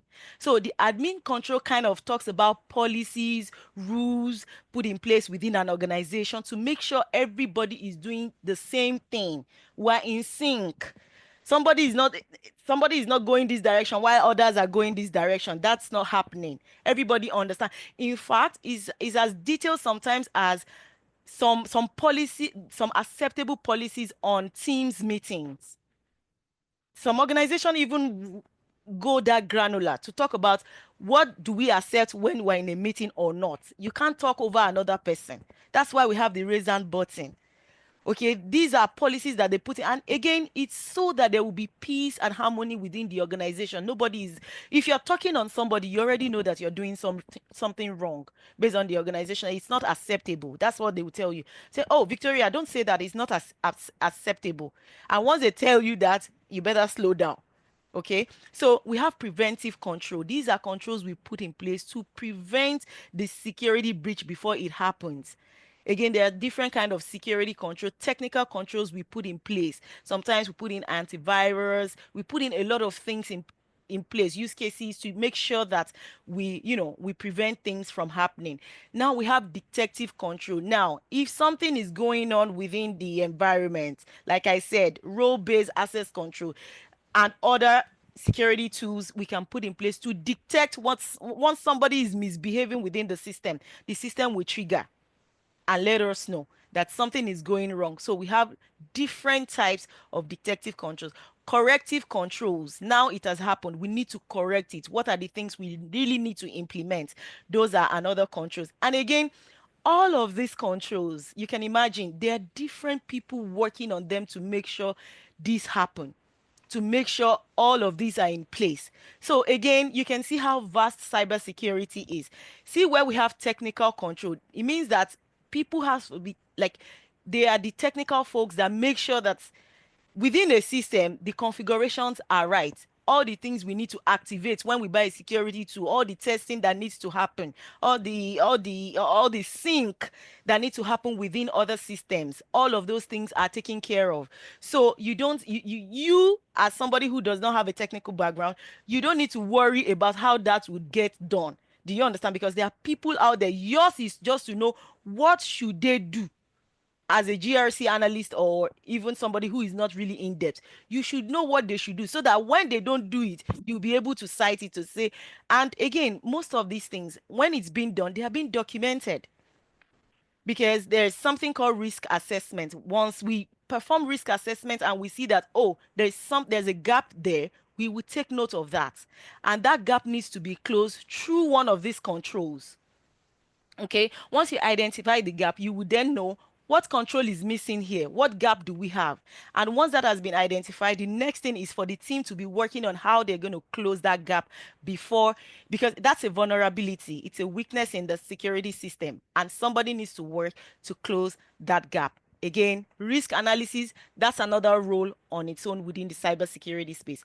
You don't have to be technical to perform a risk analysis. It's just a metrics that performs it by understanding what the asset does, the importance of the asset. Again, all of these things during the boot camp, we would help you understand how some of these things, they are just I call them ambiguous words. But at the end of the day, when we break it down into pieces for you, you will see that it's something you can resonate with easily. It's something that you understand, and you understand the sync that needs to happen for an organization to be protected. Now we have physical control. What are physical controls? Your access card, your biometrics, those are controls. Sometimes you can't get into an organization if you don't have all of that. You cannot. So that's another control that has been put in place. Again, technical, I mentioned, and deterrent. These are things they put in place to scare the attackers away, to make sure they don't even come to you at all because they know that you have been protected. We call them deterrent control. A lot of things. Again, training. Training is part of that, because once somebody is trying to get to you, you have the right training. You know that some some organization, in fact my organization, they have a tool called Fisherman. And what that tool does is, once you receive a fish, that email that we all receive, that asks us to click on a link, it will trigger on that tool, and that tool will start analyzing where that email is coming from, who is sending that email, what is that email carrying, all of that details. And there are people gathering that log, the data. And once they see that, they can even build a threat intel based on what that tool is saying and develop a use case. Once they develop a use case, that use case will trigger when, in fact, what that would do is they can even block the source of that email from coming into other users' mailbox, because again, some people don't even know how to report a fish once they see it. There's an option for you on I think Microsoft email. You're able to report it, so that even Microsoft themselves, they are relying on you to report all these kind of things so that they can block it from happening, because they also have the obligation to protect you as a user, right? So everybody, again, everybody is working to make sure that everyone is protected. Okay. Now we have compensating control. For example, an organization says you need an antivirus, and right now that antivirus cannot work on that OS. Maybe the OS is too old. OS is an operating system. Maybe that operate, and again, for those of us that are really new to cybersecurity or the computer world, these are the things will help you again understand during the boot camp. What is an OS? What does it do to a system? We would help you understand all of that. So now let's move forward. So if the OS is not supporting that antivirus, you need something that will protect that system. Either you develop another security solution that you will install on that system. That system has to be protected on the level of an antivirus.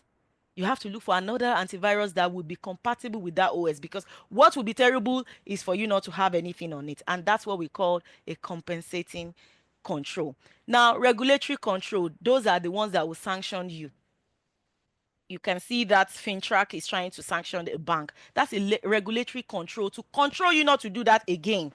They will tell you, as an organization who deals with human credit cards and all that, you need all these kind of things to be in place. And once that is not in place, and that's the regulatory control, they are using that standards, all those writings, all those things they're asking you to do in those controls, in their standards to protect the card owners. And once you don't do it, there's going to be a sanction for you. And that's what's happening to that bank right now. So that explains all these kind of controls. And all these controls are put in place to protect and organizational information security systems. Okay, now let's quickly move to the next slide. I think we're now areas of cybersecurity that we can dive into. Like I mentioned, all those controls, there are people working day in, day out to make sure that they are developed, they are implemented, they are maintained, they are configured the right way, and they do what they should be doing. Now, that's where we have data information security. These ones, they are making sure that, remember, integrity. They need to maintain the integrity of the data. They are working day in, day out to protect your personal information. Network and infrastructure security. These people are working day in, day out to make sure that those attackers, they are not able to pull down the organizational network, and that's availability. They're working towards making sure the system is available at all time. Application and system security. Now, the organization infrastructure, we need to also make sure that nothing is breaking at any point in time. No vulnerabilities. Vulnerabilities are identified, risk is performed, and now we are able to close the gap. That needs to happen. Identity and access management. This is a very, very critical role within the cybersecurity space. It's critical, but not complex. Once you understand IAM, then you're good. You can work anywhere within the I have a friend who works for an organization as an IAM analyst, and all she does is review user access, remove the people that had left the organization, configure new folks coming into the organization, and all these things are done through containers. There's something we call containers within the security space. Like, you can group a business unit inside one, meaning that some assets can be Richard said it means I need to talk to her. So some assets can just be assigned to too many people at the same time within a security group, that's all she does. And she's always telling me, we're lounging in my office, we're lounging, because she understands the how it works. So it makes her job easy. Sometimes it's as easy as that. Just understand your role. You don't need to go and do someone else. Understand what you have been hired to do, and your life will be easy. And continue to research on standards, because that's how you'll be useful within an organization. You need to know what standard is the organization following and what updates are being added to those standards, especially if you're in the security space. Now, risk management and incident response. Again, another critical role. You need to understand how to perform risk management. And we have folks that are very good at doing that. Irrespective of how big the organization is, they can perform risk assessment and come up with a good way of mitigating those risks. Incident responders. You need to be a little bit technical. I need to be honest with you on that front. Incident responders, because you have to do a lot of triaging. We call it triage in the security space, but it's like troubleshooting. Again, most of us that were working customer service, it's the same thing. When a customer call you and tell you, oh, I'm not able to perform so on my system, you start asking them questions. You start checking what could be wrong in the process that they're following to understand how you will guide them to get back on. It's the same thing in incident response. This time you're just trying to catch where the thief has, how they breached your system, what to do to close that path, and what to make sure it doesn't happen again. That's just what you're doing in the incident response space. So again, that's what that is all about. Governance, risk, and compliance. And this is the most interesting part for me as a person. And that is what the bootcamp will be really about. And this is us, for us that are not very technical, I would encourage that this is the best and easiest way to transition into cybersecurity, because we would quickly get into what you will be doing in that role. But again, this really kind of help you. What you're going to be doing most of the time is helping organization perform risk assessment, and also maintaining compliance, regulatory controls, policies, writing policies, working with different stakeholders, making sure that any gaps that has been identified in process, in anything they're doing are closed. When auditors are coming, you are there to support the team to make sure they are ready for that audit to happen. Before then, you are performing internal work to make sure people are doing the right. I mean, those are the things you're doing within that space. And as you're doing that, you're learning the technical gimmicks at the same time, because they will tell you what you don't know and you would have to go and research. What you just need to do is you need to understand the standard you're checking them on. You need to understand that standard. That's how you catch them when they're lying to you. Exactly. So now let's move to the next slide, please, because I want to make sure we answer all questions as much as So we can. yeah, so I think at this point we Okay. can pause and answer the questions, because Yeah. the next set of slides will take us into talking about GRC proper. Okay. Okay. But I feel like we can just go through all the questions that have been asked so far, and then just gradually respond to, or maybe quickly respond to each and every one of them. Mhm. Does that work for you, Yeah, Victoria? sure. It does. Okay, so I'll start with the first one that was asked a while ago. And this is from Earl. Um, so why would a company be willing to pay a new cybersecurity worker over $100,000 a year, despite their limited experience, considering the serious risks companies face, including lawsuits and potential bankruptcy if attackers breach their systems? It seems like a big investment. What makes them confident enough to offer such a high salary to someone just starting out? Do you want to take this, or should I take this, Victoria?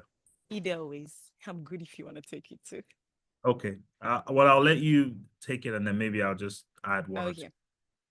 Um, I think that was the first, it was a question asked earlier in the session. And I think by now this person would have maybe gotten a bit of answer based on what I've been explaining so far. Again, first of all, you don't want to put yourself out there as a beginner, because I don't believe anyone is a beginner. Once you have an understanding of what you're going there to do, and again, all organizations will train you, even irrespective of what you already know. They're going to train you when you get there. And you don't want to put yourself out as I am a beginner. Again, if you want to go as a beginner, of course, your salary is going to be a little bit lower than someone who is coming with a wealth of experience. That's a normal thing. But again, it depends on how you present yourself, because I don't think anyone is a beginner. One way or the other, we all have experiences within one space or the other. But if you put things together, understand the questions in the job description, and you're able to speak to each and every one of them, I don't think you will sound to the recruiter as a beginner. It depends on how you want to present yourself. Again, you make yourself useful within an organization, because once they tell you they're even paying you 100,000, let's assume they agree that they're paying you, they would watch you for the first 3 months, whether you are experienced or not. Even if you're experienced and you're not getting the job done, you are good to go. They will let you go. So what is important is you portraying yourself as someone who can get the job done, and you're doing the needful to get the job done. And guess what? Minimal effort sometimes is what is required here. Because like I said, a lot of people are working together to make sure the ship doesn't sink. Even if you're a beginner, how about talking to a few folks within your space? Oh, how is this done? Before you know it, I'm that kind of person. If you explain to me this is how it is done, nobody would know I'm just learning it. I'll just play along with the rhythm. If I make error, I'll correct it. I'll see how I can correct it. So that's the way I see it. Again, you are very, very useful. They don't hire you if they don't need you. That's the truth. You are needed, and that's the mindset you should go with always to your interviews. I am needed, and that is why somebody is trying to talk to me. So I need to show you that I can do it. So that's the way I see. I don't know if that answers your question in the interest of time. Yeah. Steve, I don't know if you want to add anything to Yeah, that. let me add something very quickly to it. And everything you've said, Victoria, is spot on. Victoria, can you try and see if you can switch on my video? Um, let me 'Cause see. I had to make you the host, or you can make me the host if you click on the icon Okay, beside. yeah. Yep. I'm making you the host. Okay. because if you make me the host, then I should be able to do this. And I think you should be able to. Can you try and switch your video on? No, I can't. No, okay. Okay. Um, okay. We'll find a way to solve this problem. Okay, so to your question, Earl, the I want you to recognize one fact, and that fact is that any organization you join, nobody would say to you, Earl, okay, welcome, you're the cybersecurity analyst. Now go and solve all our cybersecurity problems. The whole cybersecurity for, CIBC, for example, or TD, or um, any other organization is now on your shoulders. So you go solve the problem. Bye-bye. No, it doesn't work that way. There's a full-blown team, and within that team, everybody has their role to play. Even you have your role to play. Now, whatever you do has to be approved, reviewed by someone else. So it's not just a case of someone saying to you, everything is on your shoulders, just solve this problem and that's it. No, it doesn't work that way. And it doesn't work that way for any other role. And these are some of the assumptions that people make coming in because they don't understand how it works. They haven't been on the other side. So the assumption is, oh, if I'm hired as a cybersecurity analyst, I have to solve all the cybersecurity problems. But that's not the case. Victoria did mention something about her friend who just doesn't have a whole lot to do. So your role may be to design policies. Your role may be to review existing policies. Your role may be to analyze, like a what's it called, like a standard within the industry and think about how it applies to the organization. But whatever you're doing, you have a line manager that you report to, and whatever you do has to go through a thorough review and approval process. So nobody expects you to sign, $1 million worth of, security documents. No, you're a part of the puzzle. You're not working by yourself, you're working with a team. So there'll be quality assurance processes within the organization to ensure that whether you have experience or you don't have experience, everybody has to go through that process of ensuring that quality is maintained.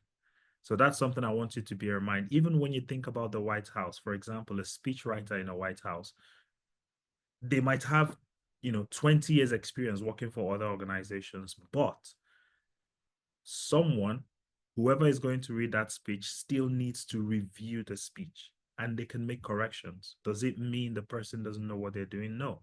It just means that it has to go through a quality assurance process. So rest assured, nobody will expect you to solve all the problems in the organization, Earl.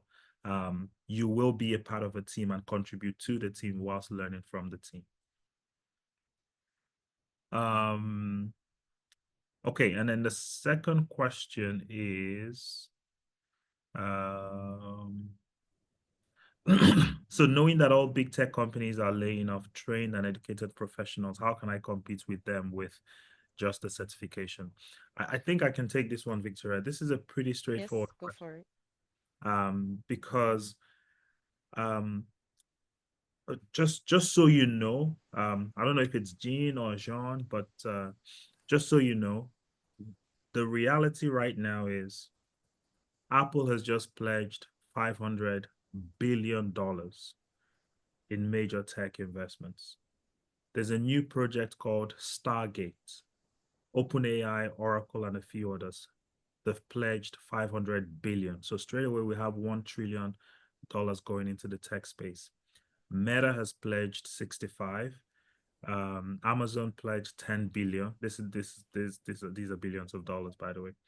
A lot of other organizations have pledged huge sums of money to the tune of $1.3 trillion. These are investments that are coming into the tech space. What does that mean? They need human beings. They will need people in all sorts of roles because they're building new plants, they're standing up new data centers. There's a whole lot going on within the tech space. But don't forget, with the advancement of technology comes the advancement of the people trying to gain unauthorized access to the technology. So what it means is that as you're building out these teams, as you're building out these infrastructures, there's a need to build out the people that would secure the infrastructure. which is why, I mean, the last few years have been a little bit slow, but the next couple of weeks, months will be, there will be a boom. So there's a whole lot of opportunities coming out. And then to your question around laying off trained and educated professionals, there are two things to bear in mind. One is to be trained, another thing is to be educated. But the third part is learning the tricks, learning the strategies, learning the skills required to make a smooth transition.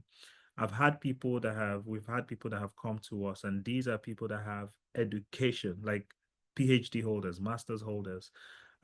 Actually, we had a student who had uh, a diploma in project management. So they went to a school, got a diploma in project management, but they couldn't get a project management job until they went through our program. So I'm saying all of this to say that it's not just about the training, it's not just about the education, it's about the strategies as well. So Victoria has shared a lot of insights into how the trade works. And this is what you have as a distinctive advantage over the next person. And again, the question is really, how bad do you want it? Do you desire um, to make up to $105,000, or are you just checking this out to see if it works? Because if you really want it, then you will learn the skill, you will learn the trade.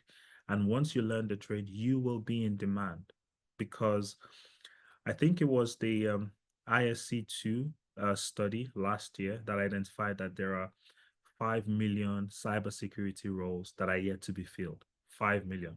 So the problem is not a lack of opportunity, but a lack of skill. There are so many half-baked individuals out there.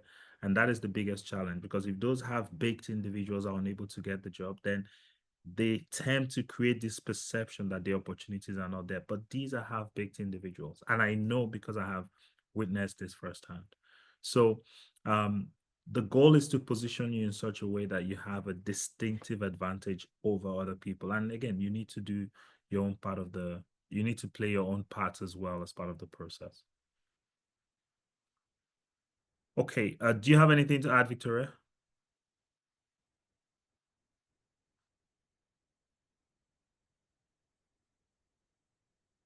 I would assume no. Yes, I think you're spot on. Yes. Okay. I didn't know I Okay. was on it. Thank you. And then there's a question: with the various tools available to determine threats, including AI, do I still have a position or importance in cybersecurity? Oh, 100%. So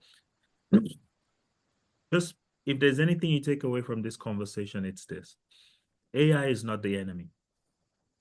AI is not going to take away your job.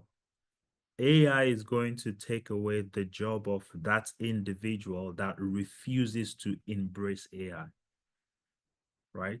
That's the difference. It won't take your job if you embrace AI and if you recognize that AI is not the enemy. In the next couple of years, AI would enable huge, massive growth in different industries. And what it means is, if one person can do X amount of work with AI, that same one person can do way more than X. So X times another X maybe. So it means if I was selling, let's say I was selling 10 pens a day, I can manufacture 100 and sell more. So what it translates to is increased productivity. But then there's some people that would be AI adverse and change averse, and they'll decide, oh, AI is going to take my job. I'll go look for some land somewhere and start farming.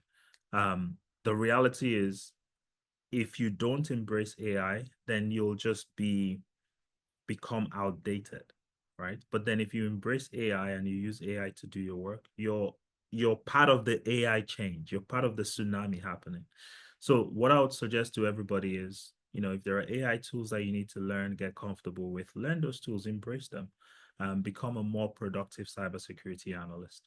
That's the key. Okay. There's nothing more, nothing less. If you don't change and embrace the change coming, then you'll be left behind. The same thing applies to technology.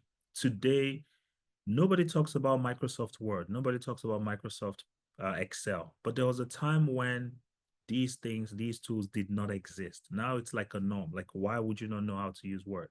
Why would you not know how to use Excel? Like, it's too basic, right? Now, imagine someone wants to work in an organization and they don't know how to use these tools. They just can't work in that organization. There's just no way, because they won't be able to respond to an email. They won't be able to create documents.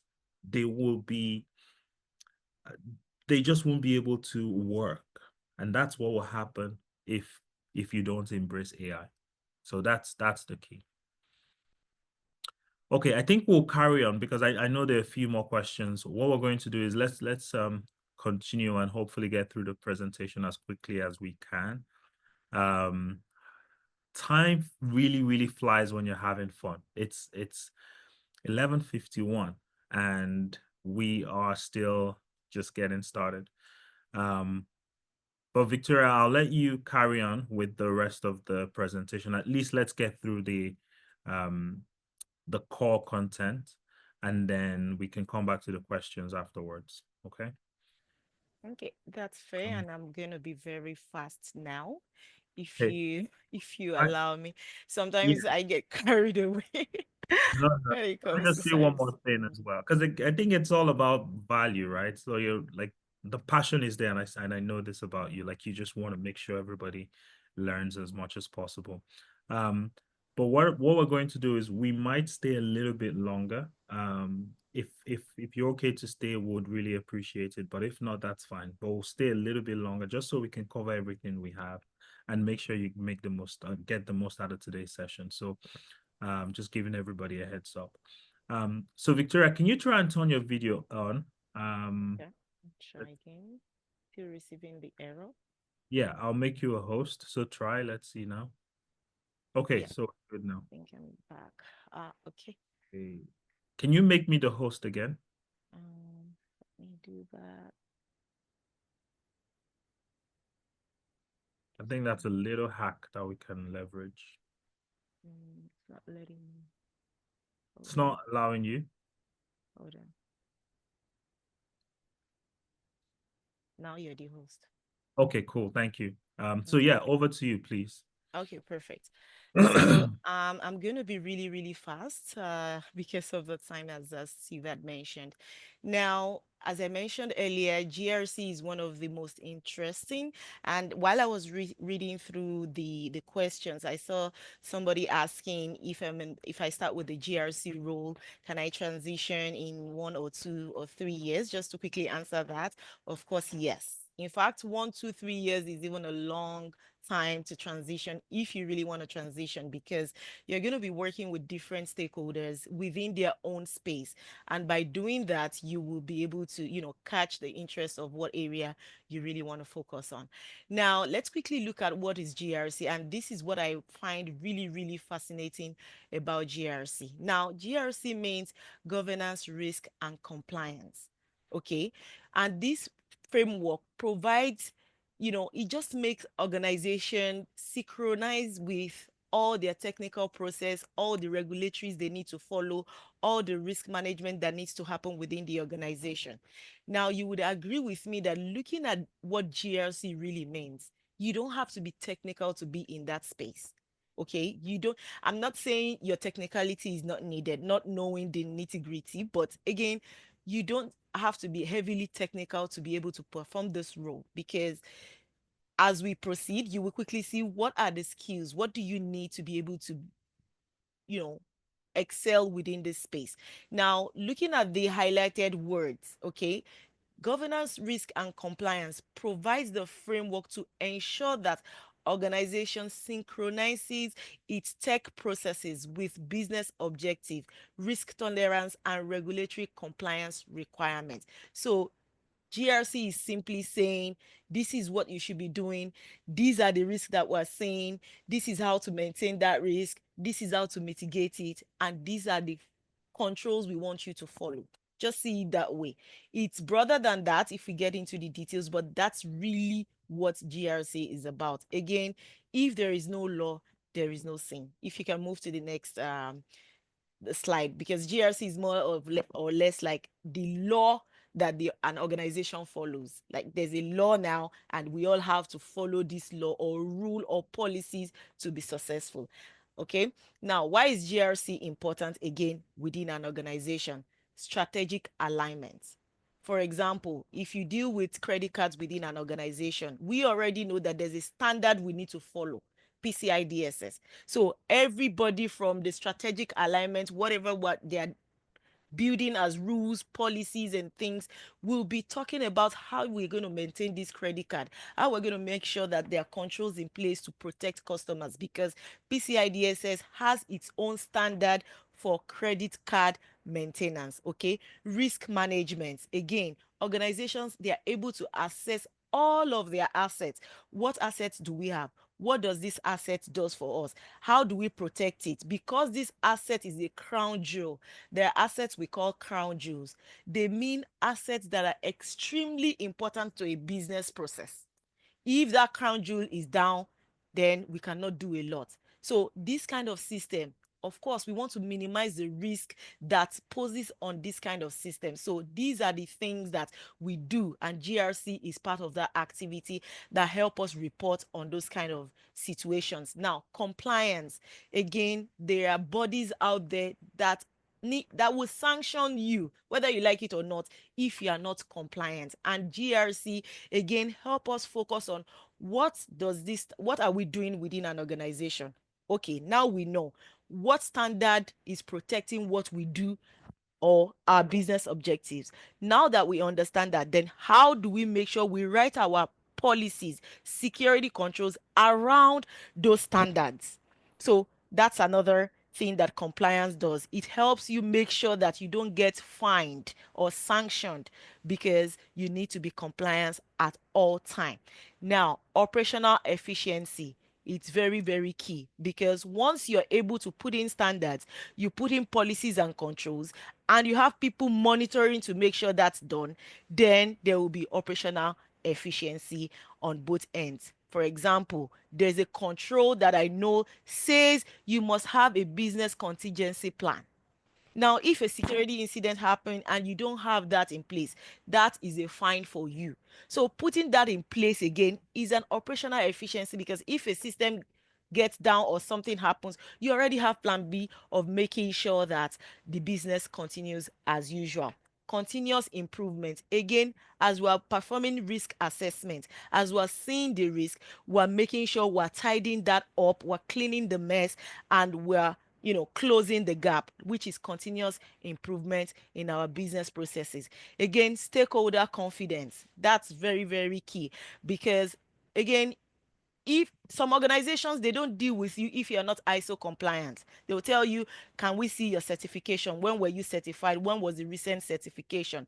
Because doing that, presenting, in fact, this is why GRC is really, really fascinating to me, because now it's getting to companies, organizations, they don't want to deal with you if you are not up to a certain standard, because they know that once you have that standard, your security, the tendency of being breached will be reduced. That's how they want to business with you. That's how they want to partner with you. So again, you see that you and I, our role is very, very important, even for the business to grow, because we are the one working day in, day out to make sure that organizations are compliant and all of these are being put in place. Stakeholder confidence. Once you have those certifications, stakeholders are happy to partner and have, do business with you. That's what that means. Can we move to the next slide, please? Now, I like to quickly talk about this one. Day in the life of a GRC analyst. And as we share the next slide, can we move to the next slide? Some of us, if we look at what is listed here, we will see that when I get into the details, you will see that some of these things are things we already do within our organization. Maybe it's not named as a GRC analyst kind of thing, but all you need is a little bit of more understanding of cybersecurity, GRC standards, and you will be surprised at how you will better grow within the space, because they are not something completely new. For example, day in the life of a GRC analyst, policy and procedure management. There are tools now that can help you write a very, very good policy.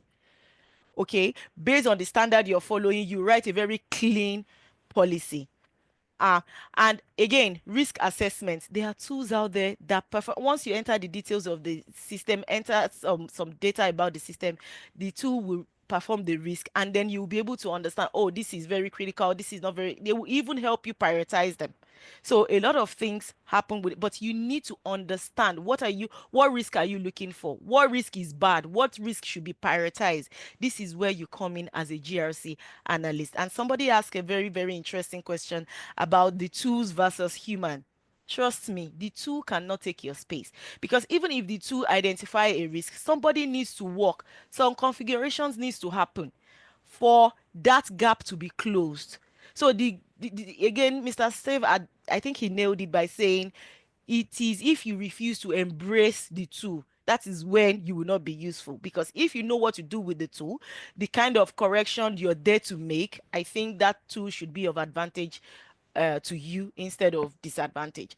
Now, compliance management. Again, you need to understand the standard that you're working on. For example, if you're working on PCI DSS standard, you need to know what PCI DSS standard 4.0 says for you to be compliant as somebody or as a business who deals with credit cards.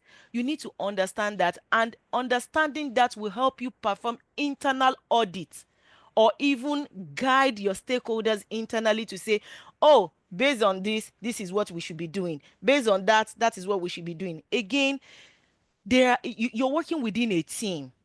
You can get hired as a cybersecurity specialist or GRC analyst, and what you're just doing is just to make sure you're gathering information.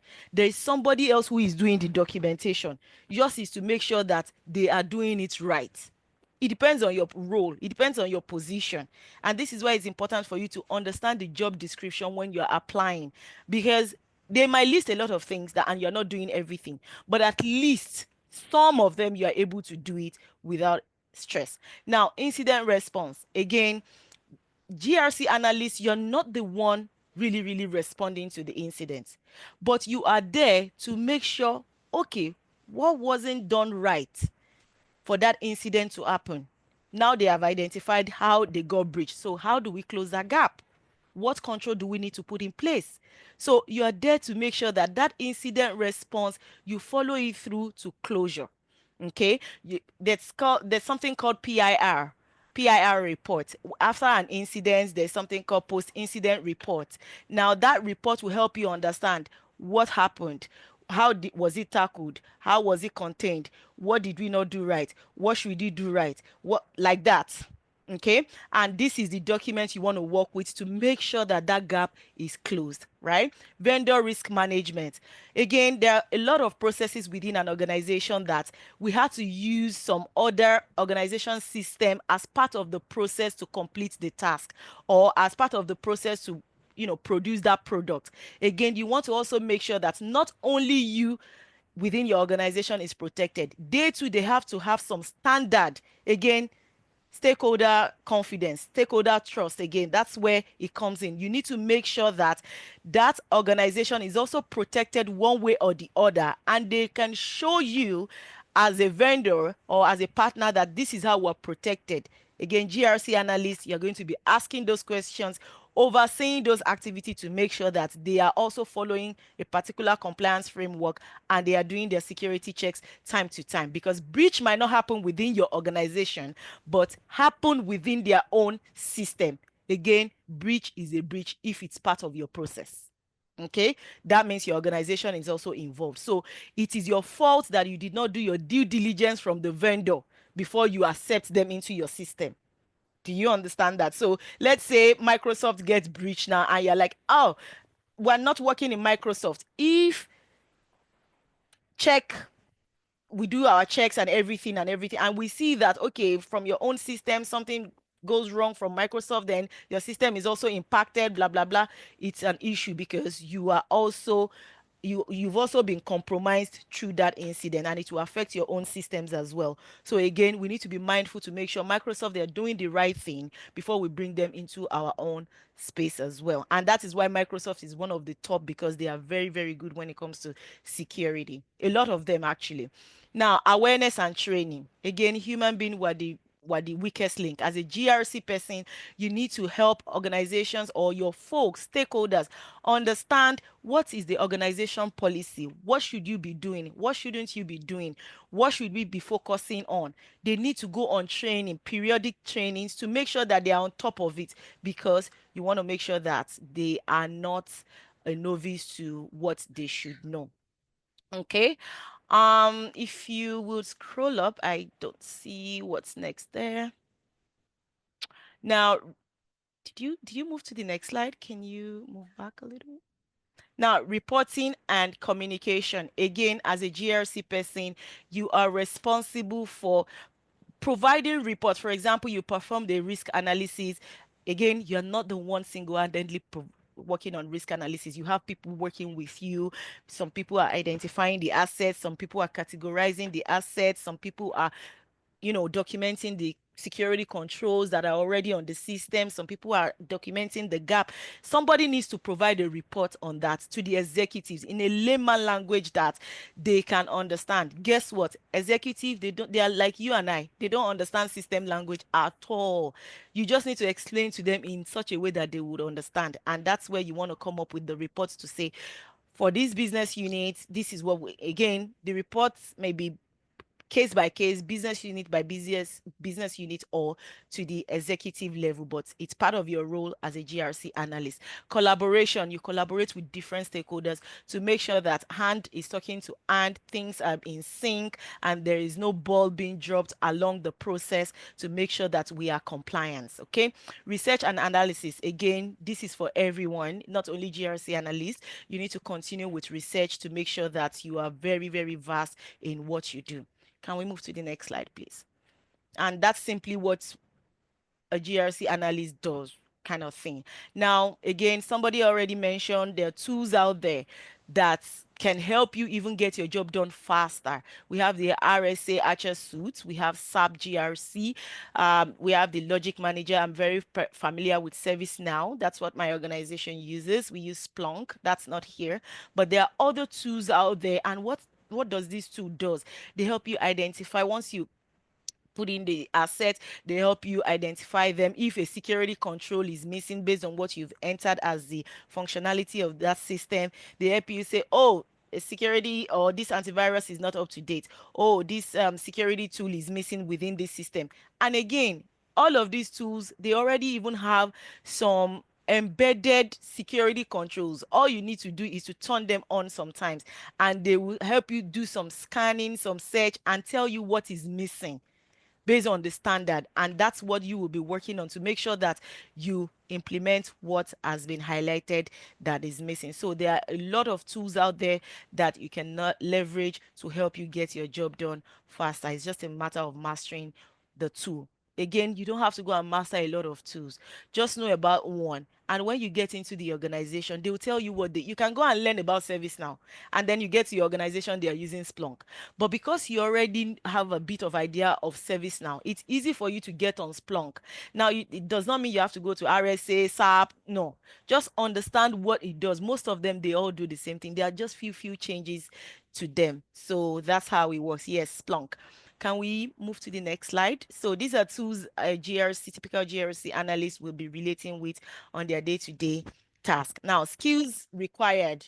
I think almost everybody would have this skill. If you know that you want to improve in your knowledge, they are just basic and I would say normal expectation when it comes to the professional environment. There are some that are really specific to GRC, this role, but most of it are things that you and I already have to be able to get our job done as of today. Now, attention to details. I don't think how you can function well at your workplace if you're not paying attention to details. Communication, critical thinking. When somebody is telling you something, have the mind of saying, are you sure? Can I see? Because something show and tell. As a GRC analyst, somebody cannot just tell you something without showing it to you. Don't accept it. First rule, if somebody is telling you this is how this process is, can I have a document? Can I see how it is documented? Because trust me, if there's a security breach, one of the things people will, you need to fall back at is, what is the process? Is it documented? Is anything missing? most of the time, if that document has been approved to say yes, it meets the requirements of that process. If there is a breach, if there's a breach, trust me, something was missing or might have been skipped in that process for that breach to happen if you check it properly. So this is why they need to show you. It's good that people will tell you this is what I'm doing, but can I see it? And that is part of your role. This is not you calling them out that they're lying. This is your own job. You're doing your job. Because if you approve something to say something is in place and something gets broken, then you have to answer to why you said it's in place. Now, critical thinking, that's where you want to bring that in.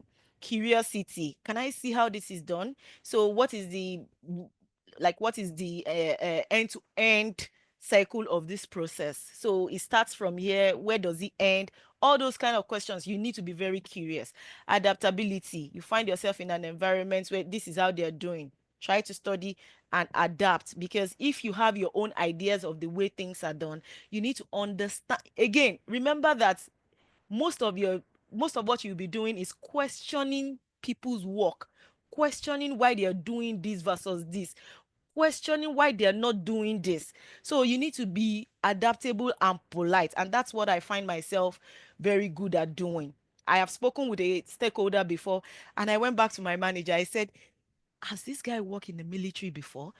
My boss said, why? I said, the way he responded when I spoke, I think he's too uptight. Then my manager said, oh, that's the way he is. No personal thing to it. He's just like that. So moving forward, when I want to deal with him, I already know. I also go straight to the point. There's no chit chat. That's the way he is, and you need to understand. So you need to adapt to whatever environment you find yourself. Don't go and start chatting with somebody who is not even in the mood to chat with you. Trust me, professionals, they are easy to call you out to say, can we go straight to the point? Calm under pressure. Again, it's very important. It can be overwhelming when there's a security breach, because what that would mean is everybody will be finding out, oh, who did do the right thing? What did we not do right? So you need to be calm under pressure in a scenario like that. Risk identification and analysis. You need to be good at what you do. When you study a process, you should be able to see what is not going on right. And how do you identify that? Is by you yourself understanding the standards. Okay.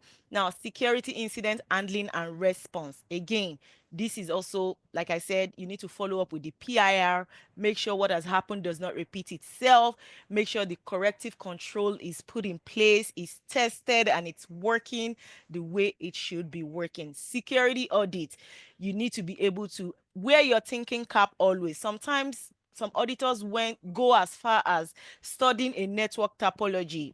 This is why you see when militaries, when they want to go on a mission, they try to study the map. They study everywhere so that they know where they can hide, where they cannot hide, where people can attack them from, and all of that. So understanding network topology sometimes would help you see, this particular environment within your network, I don't think it is well protected, most especially when you're doing their network analysis to see where attackers can breach them. So again, security audit is your, like, you need to understand the kind of security questions you should be asking. Remember, they are professionals. You don't want to ask dumb questions. You need to ask your question based on the standards and tie that to their response to.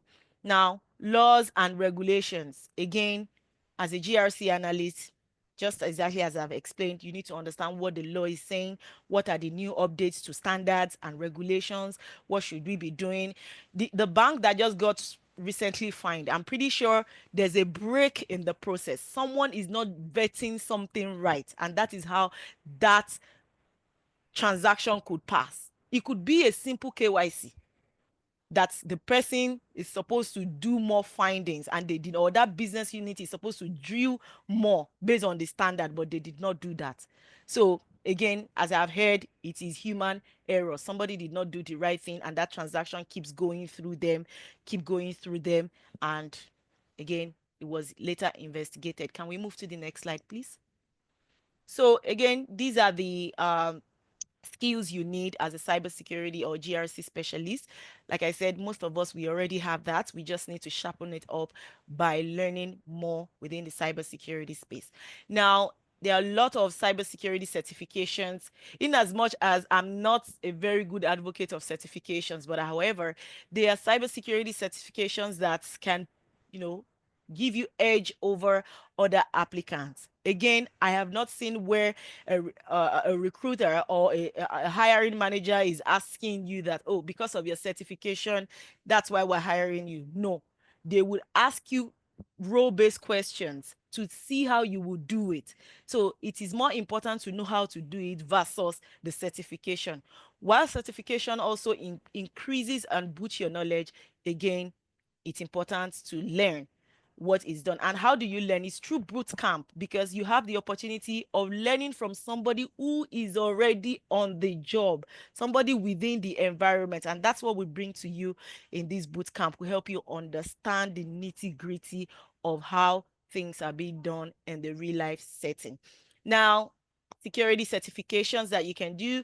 CompTIA Security Plus, this is really, really good because CompTIA helps you test your knowledge across whether GRC, across the cybersecurity space. We also have the CompTIA Caesar. This also helps you test your knowledge. It depends on how in-depth you want to go. This is another in-depth certification you can have. Cybersecurity analyst, usually these ones are mostly entry roles, and cybersecurity analyst, what they do is like customer service. Once there's a trigger in an alarm to say something is going wrong, the cybersecurity, they just receive an alert and they start investigating, and then they transfer the ticket if it's beyond their role and responsibility. And come to think of it, roles are very well explained in the cybersecurity space. You know why? So that when there's an incident, everybody understands what they should be doing, what they can handle versus what they cannot handle, when they should immediately escalate, because a lot of bad things can happen within a twinkle of an eye. So that is why that is important. So again, cybersecurity analysts, they're there to investigate security incidents. CEH, Certified Ethical Hacker. Again, within an organization, we have folks who work day in, day out to test our system integrity itself. How are we well ready? Can somebody breach us? They will try to breach themselves. We call it the red team exercise, where within the organization, they will try to, breach your system. They are within the organization. They will breach the system without telling you, and then see if the security control you have put in place would catch their breach. Again, if it doesn't catch it, it means something is not being done right, and that needs to be addressed and corrected. So that's another certification there to help you better become a certified hacker. And you can be a good hacker and you can be a bad hacker, but please don't be a bad hacker. So that's that certification. Can we move to this slide? So you can, as we proceed in the bootcamp, you can determine the one you want to go for. Now, in the in the GRC space, we also have some certifications that are particular to GRC analysts, and this include the certified C-Risk. It's certified in risk and information security control, which helps the user be able to analyze risk. You become a professional in analyzing risk and ability to control risk. Another is CISM, Certified Information Security Manager.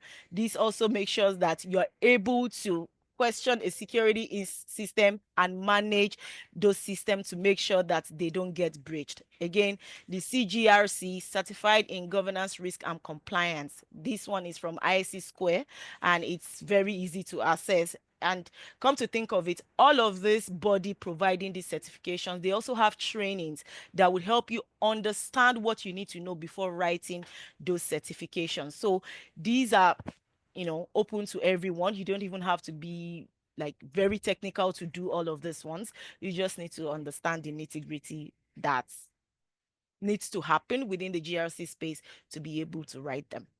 So can we move to the next slide? Now, GRC frameworks. I know you've heard me talk about standards, you've heard me talk about frameworks. We have different kind of standards and frameworks that is guiding the GRC space. And once you know about these standards, I think you're very, very good to go, depending on the one your organization is following in terms of framework and policies. Again, most organizations follow NIST and ISO religiously. Reason is because they have different versions of how they help guide organizations through what should be done, how they can protect it, how they can audit it, and how they can implement controls to protect their system. So NIST is National Institute of Standard and Technology. I know they have different frameworks on incident response, on risk management. They have different kind of frameworks that organization will read, and based on what they have asked them to do, they start implementing those controls. ISO is another very, very key, and ISO is not even only within the cybersecurity space. I have seen organization like engineering organization, all sort of organization where ISO is required. Why? Because ISO is very broad in terms of what a system can be done, what can be done on the system, how you should be. In fact, ISO has different controls for different business units. So you need to follow those controls per business. For an example, ISO has a control for HR. You will see that some organizations, they cannot hire you if they don't perform background check. They cannot hire you if you don't prove to them that you don't have a debt. All of these are controls that companies follow. In fact, some organizations, they need to check your background check per quarter or every 6 months. It's part of their security control, so that if you have any police case, they see it up front. Do you understand? So again, they don't just wake up one day and think of putting that in place. There's something guiding the organization to do them. And those are what we call frameworks in cybersecurity. Imagine you study ISO very well. You become a prof, in fact, you become so so much in demand that a lot of people will want to hire you, because they know you understand the standards, they know you understand the framework, and it means that you can help guide their stakeholders to implement what these frameworks are talking about. And these are the things we're going to be teaching in the boot camp. What is ISO? What is NIST? What are the different kind of frameworks under them? What are those frameworks talking about? We also have the COBIT, we have the HIPAA, and HIPAA is for the healthcare industry. Again, it depends on your business objectives. In the healthcare sector, they have their own framework, a system that you're using to collect personal information, a system that you are gathering people's health condition, health details, should be well protected. So there are frameworks guiding them. PCI DSS, I've mentioned this several times because my organization is also impacted with this one, and I'm also working on a project on it. Again, PCI DSS is making sure that all your security systems that you're using to process card transactions are protected. Even if you buy, like if an organization purchases an antivirus, they need to configure it to a certain level to be compliant with PCI DSS standard, meaning that they need to still configure the rules, we call it rules, like to tweak the system to be able to do what PCI DSS says should not be exposed. Okay. Now, the last but not the least, we have the GDPR. That one is also helping us guide personal information within an organization. It's very important that we also, for a lot of organizations, even follow this framework, because it helps guide a lot of personal information within the information security systems. Again, as a GRC analyst, once you have an understanding of all of those frameworks, I think you're good to go, because most organizations follow these frameworks to be protected and to be compliant. Okay. If we can move to the next slide, I think I am good. Now, I don't want to talk on this slide because I don't want to be like I'm sweet mouthing you when it comes to salaries. But trust me, whatever you're seeing on this slide is doable. It is achievable, and I'm a living testimony of that. So I'll let Mr. Steve take it on from here. I don't want to talk about the salary, but again, if you are dedicated, it's doable. So, Mr. Steve, to you. Okay, thank you so much, Victoria. This is just, again, apologies, we're taking a little bit more time than we planned. But it's really important that we explain everything we have in store to everybody. And I promise we'll wrap up, say, in the next 10, max 15 minutes, we'll wrap things up. I think the thing is, I love Victoria's passion, and there's always that desire to explain, and she always tries to explain things to people, um just assuming zero knowledge and building from ground up, which is fantastic. So thank you so much, Victoria, for that comprehensive breakdown. There were some really fantastic comments in the chat, just demonstrating their appreciation for the explanation. So thank you so much for that. I'll just fly through a couple of these. So this is the salaries, or the potential salary that you will earn as a GRC analyst or compliance analyst, or any of the GRC roles. This is just an average. It could be more. There are instances where we have people have earned significantly more, and it could also be less, because again, depending on the organization, depending on the industry, they might be paying a little bit less than this, but this is the average as a whole. And we wanted to give everybody that appreciation of what these look like. The next slide is about the roles. So most times we and Victoria has touched upon some of these. So most times we think and sometimes limit ourselves to just one position, but these roles can come in different forms, right? And you, as a GRC analyst, you will be working with other people as well. So we thought we'll list out some of the roles within the cybersecurity space, so you know where you could fit in eventually. So we have the solution architect, we have the SOC analyst, we have security engineer, we have the forensic analyst, we have cloud security engineer, and then we have the DevSecOps engineer. So Victoria did touch upon this role previously. And then we have the IT auditor, which is, in most cases, what most people on this call will end up as after you've gone through the program. And let's look at some opportunities, because one of the things that we like to do is not just talk and say you can earn this amount and there are opportunities, but we also like to show you those opportunities. So we just did a quick extract from different job boards across different parts of the world for the role of a cybersecurity analyst or cybersecurity specialist. And this is what we found in Monster, and this is across USA. So we have a bunch of roles available. Again, we did a quick search on LinkedIn. I think we had a couple of thousand roles available just related to cybersecurity and cyber risk. And then we did, you're invited to do this yourself as well. So it's not just about us, you can do it yourself to see what's going on. So we did a quick search, cybersecurity analyst in Canada, and we had a bunch of roles come up. So this is just and these are just with a specific title, right? Some organizations may be looking for a compliance analyst or an IT auditor or a SOC analyst. Like, it could be like a different title, but it's all within the same space. So the opportunities are definitely there. The only thing that is missing in most cases, it's the skill. Like, most times people forget that it's not just about people say the market is saturated, but even with the market being saturated, in quotes, lots of people are still getting jobs.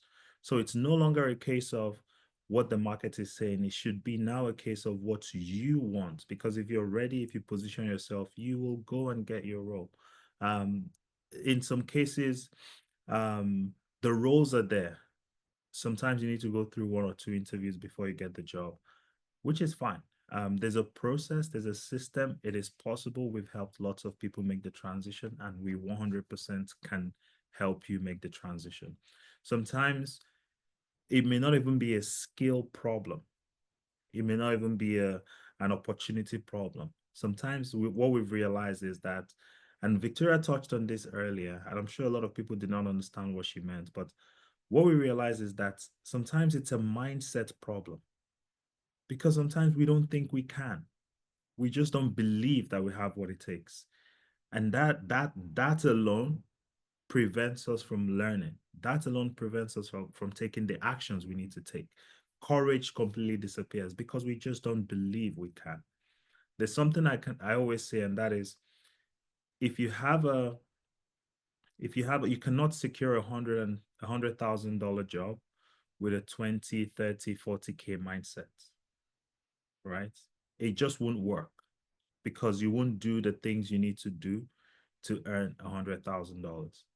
But once you upgrade your mindset to $100,000 mindset, the $100,000 job will not come immediately. But because your mindset is there, you will take the actions you need to take.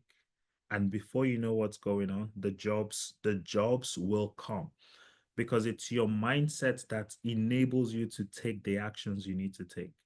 And once you take those actions, it will come, right? So for example, you want to, and this happens a lot when people like people that invest in the stock market. Let's say you put $10 and the $10 appreciates to $20. The first thing that happens in most cases is that person thinks, oh, if I had known, I would have put 100, I would have put 200, I would have put 1,000, right? That's just a different example. All I'm saying is when it comes to investment, your mindset determines how much you invest in yourself. And this is a 100% investment in yourself. So what I'd like to say to everybody is, if only you can build the knowledge, develop the skill, gain the experience, you will 100% secure one of these jobs. There's no way around it because some people want um, individuals that can bring value into their organization. If you become a person of value, you will be in demand in the market. It's not about whether you want to be in demand, it's just about the value that you carry. That's what it is. I remember when I moved into Canada in 2018, one of the major challenges I faced, or I just thought, getting a job will be a major issue. So I started applying. What I realized was in a space of I think 4 or 5 weeks, I got the first offer. And at the end of 7 weeks, I had 5 different offers. And that really shocked me personally. And this was the reason why I thought to myself, if I can take all the knowledge that I have, pack it up and hand it over to people so they can go take up those additional jobs, that will be a great thing. And we've been doing that. We've helped not just, 5 people, but 500 people so far, which is incredible.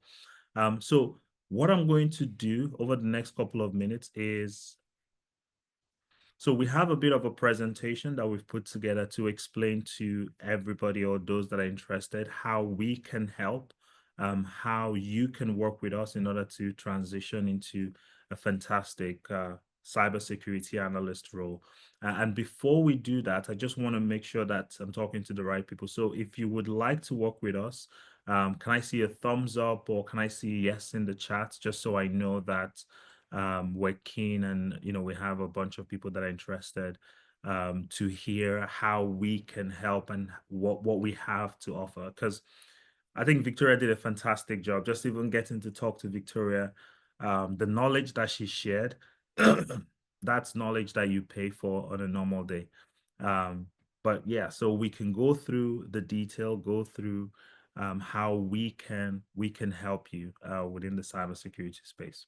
So once again, I can see a bunch of thumbs up, which is excellent. So let's go through the details. So about the Career Accelerators, we are an organization that focuses on helping non-tech professionals transition into fantastic tech roles. So there are different areas that we help people transition into, but for today's conversation, we're focusing specifically on cybersecurity. One, because it's it's one of those areas that is gaining a lot of momentum, but two, because we have a batch kicking off in 2 weeks' time. But beyond that, this is a question that a lot of people ask. So what does the program entail? How can you help us? How are you going to ensure that we gain the knowledge, the skill, the expertise required to make this transition? So I'll go through the components of our coaching program over the next few minutes. And again, please feel free to ask any questions. And like I promised at the end, Victoria and I will stay on. And if there are questions that we need to answer, we will answer those questions. So I'll go through the components of our coaching program. So we do have the core training, and this is where we help you build a foundational knowledge of what is cybersecurity, what are the different aspects of cybersecurity. And this is, as you can see, Victoria has done an incredible job just touching on some of the aspects. This is a full 12-week program. So we'll spend some time helping you build that foundational knowledge of cybersecurity. And then in addition to that, you're also going to get hands-on experience. So we did touch and point to some of the tools that cybersecurity analysts use and GRC specialists use as well. So you get the opportunity to practicalize or get hands-on with the tool. In addition to that, we also have the templates that they use to create, whether it's reports, audit reports, etc., which you will also gain access to and get to use as part of the program. And then in addition to that, you get one-to-one mentorship. So when you have an interview, you have somebody that you'll speak to that would help you prepare for that interview. When you get a job, you also have somebody that you can reach out to get clarity on certain things. Because again, sometimes you might go into the office on day one, you don't know what to do, you don't know how to position yourself. You can have a chat with this person before you go into the office on day one. So it's designed in such a way that you get all the support you need and you have someone that is literally a call away to help you answer any questions you may have. In addition to this, we also have our resume refinement. So this is where we take your resume as it is, and then we review it and then fully optimize it so you get the most attention from the market. Because we've had so many instances where people say to us, Steve, I've been applying for the past 6 months. Nobody has even asked me, what's up, how's it going? And we straight away we know the problem is because they have their resume is not optimized. So they have a resume that hasn't been fully harnessed in terms of getting them the most attention. And remember, the recruiter has only 6 seconds to make a decision on your resume. So if it's not screaming to the recruiter, I'm your man, I'm your woman, then it kind of just, they'll swipe left and put it in the do not contact pile. So what we do is we take away the guesswork from the process and we optimize your resume for you as part of this program. And then when you have an interview, we'll coach you for the interview, because one thing is to have the knowledge. Another thing is to have enough information to present that knowledge in an interview situation. And we will do that for you. We'll help you refine your answers. We'll help you optimize your answers. We'll help you leverage what you've learned as part of the program and formulate that into a suitable interview response. And then the last but not the least, we have this internal tech recruiter who we're working with. And what they help us do is they help us assess our students before they hit the market. So essentially, you get the opportunity to speak to a HR expert, like a talent acquisition expert, who will gauge your readiness and give you pointers as to, these are the things you need to do to get a recruiter's attention, and these are the things you need to do to avoid being put in the do not contact pile. So they prepare you before you actually hit the market, which this on its own has been a game changer for us, because it significantly boosts the confidence of our students when they hit the market, and it has increased the attention they get when they hit the market. So this is a major component in the program. So I've covered a bunch of components. So I spoke about the core training. I spoke about the hands-on experience. I spoke about the one-on-one mentorship, the resume refinement, the interview coaching, and the tech recruiter assessment. So this is what you get as part of our program, because the goal is to give you everything you need to make that transition. Okay.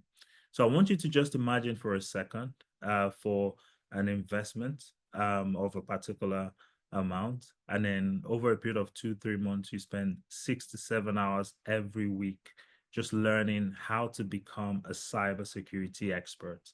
And in return, you get to earn up to $105,000. You get to work from home. You have endless career opportunities. You have a bit of stability in your career. You can plan long term. You can get a mortgage. You can get a car loan, and then you get more time with your family.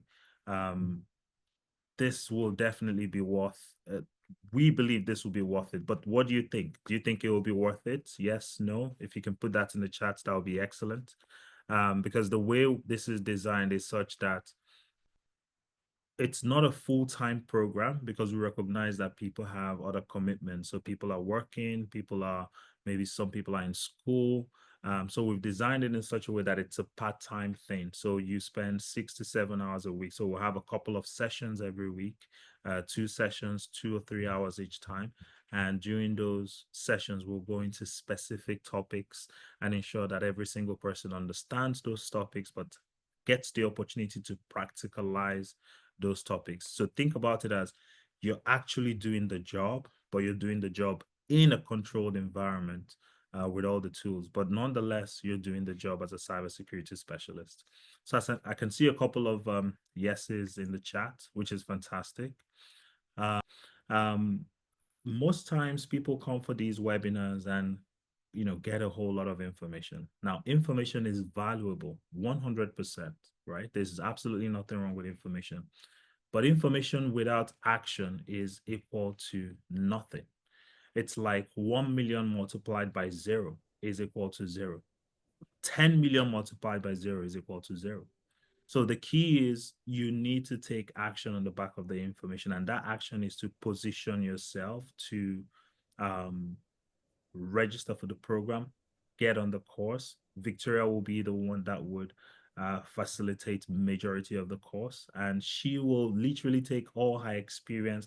As you can see, all her experience, all her knowledge, everything will be poured into you and get you positioned for the cybersecurity analyst job.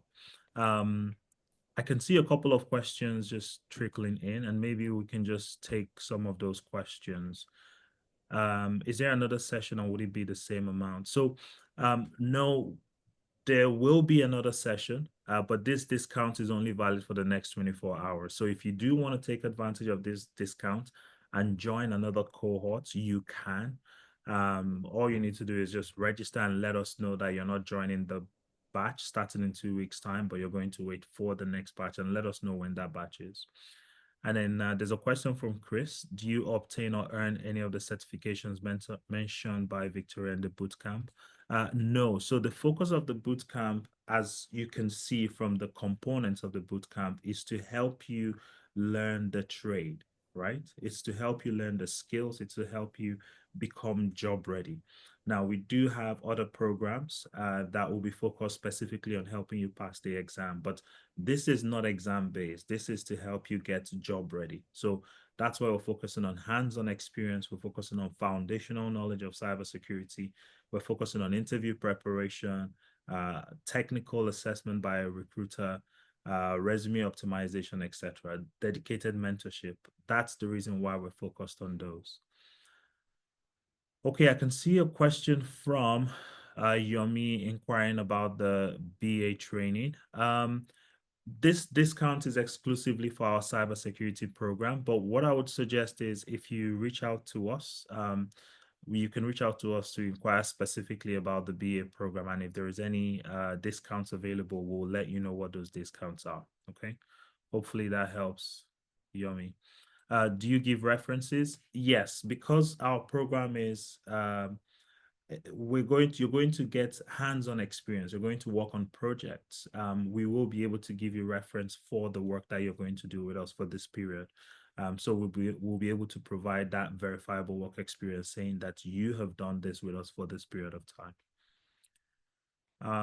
Which of the areas of GRC are we covering? Yes, so it's 100% focused on GRC because, like Victoria said, what we're looking for is the easiest entry point into the cybersecurity space, and GRC provides that, which is the reason why we focus on providing an excellent training in GRC. So we go through all the NIST, ISO, and all the other frameworks in existence, and then you get to practicalize the implementation of, or get your hands dirty when it comes to assessing systems based on these frameworks, or implementing specific strategies, developing policies, etc.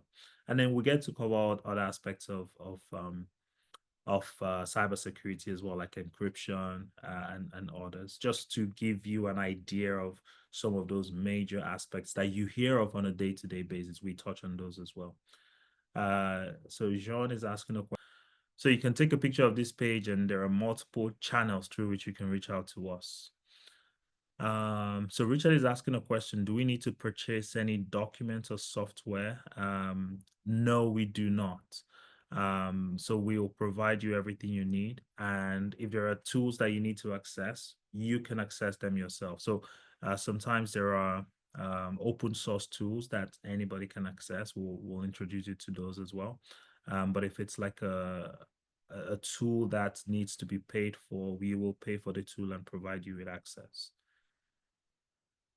Okay, I'm guessing the dates of the classes will be stated in advance. Yeah, so it's typically, I think, so Victoria, please help me clarify this. The last one, I think it was Wednesday and Saturday. Right. Wednesday, 7 p.m. to 9 p.m. and Saturday, 10 a.m. to 12 p.m. Yeah, so that was the last class. But again, like I said, that's the standard. If the majority of the class decides to make some slight adjustments, then we're open to consider that. Okay, yeah, no problem, Yomi. So Gerard, for those that don't have any prior experience in this space, how can we showcase this since most employers look out for prior experience? So what you're going to get as part of the program is prior experience. So we're going to, so think about it this way. You get a job in a bank, and then you spend the first 3 months being trained to do the work, right? This is that 3 months where you're being trained to do the work. So at the end of the 3 months, you will be able to do the work. It's literally as simple as that. Because our focus is not on theoretical aspects of cybersecurity. Our focus is on, you step into the office on day one. What are you expected to know? What are you expected to do? What are some of the conversations you're expected to have? What questions are you supposed to ask? What tools would they expect you to know how to use? What techniques? What's it called? What templates do they expect you to be familiar with? And that is all we're going to cover. So we'll break it down and go through it one after the other. And that positions you strategically as well, Jared, to hit the ground running once you get into an organization. So you don't need to learn if they're using the same tools that we use, you don't need to learn it because you already know how to use it. If it's a similar tool, maybe a different company, you already know how to use one, so you can very easily, learn how to use the other one. It's like, knowing how to drive. If you can drive a Honda, you can equally drive a Mercedes. It's the same principle. Time does work for UK. So if you're reaching out from UK, we can always have a conversation around the timings, and maybe if you can reach out to us, and we'll see what we can explore in terms of the timing. But one thing I would really like to mention is the fact that there will always be recordings available. So for example, if you miss a class or if you miss a particular aspect, you will always be able to catch up with the recording. So either way, you won't miss anything. It's an email, and then we can respond to those questions directly. But thank you so much, everybody, especially for those that stay till the end. We really, really appreciate the time. We really appreciate the just being able to hang out with us and allow us guide you on a path to a better future. It is our pleasure. We hope to meet with you one-on-one and help you individually to make this transition. We know it's possible, and we are going to and keen to work with you to help you see that it's actually possible, and you can, share with other people. And maybe the next session we can invite you to come and share your experience of how you started from this webinar, and then now, your bank account is receiving lots of entries on the back of your cybersecurity analyst role. Thank you so much. One thing I would like to say is this. The best investment you can make is an investment in yourself, nothing else. The more you learn, the more you will earn. This is by Warren Buffett. So want to not only change your life as an individual, but change your generation, because you would lay a solid foundation for people coming after you to build on. Do have a wonderful evening. Please take picture of this. You can follow us on all social media platforms. We're everywhere. Just search for the Career Accelerators. And we are very active everywhere because, again, we're just trying to educate as many people as possible. Once again, happy International Women's Day, and have a wonderful rest of your day. Steve, I think someone is asking for the slide to be shared or something. I don't know who that is, but I saw that. So we won't be Okay. sharing. Okay. And thank you so much, Victoria, for making out the time and for being so generous with your depth and breadth of knowledge. I really appreciate you. Thank you, everyone, and have a great weekend. Thank you. This message is for the dreamers, the determined, the brave. Yes, you who have always desired a job in tech and have stepped out of your comfort zone to pursue this dream. This is your year. The tech world is not just for techies, it's for anyone who dares to dream, to learn, and to grow. Remember, you're not just changing jobs, you're transforming lives, yours and those of your loved ones. You might feel out of place at times, unsure, or even overwhelmed. Yes, the road to six-figure tech role may seem daunting, but within you lies the strength to overcome, the capacity to learn, and the power to succeed. Let this new year be the year you redefine what's possible. Your path in tech is not just a possibility, it's your reality waiting to be shaped. We believe in you. Now take the lead. Remember, your only limitations are the ones you set upon yourself. Good luck, and may this year be your best year yet.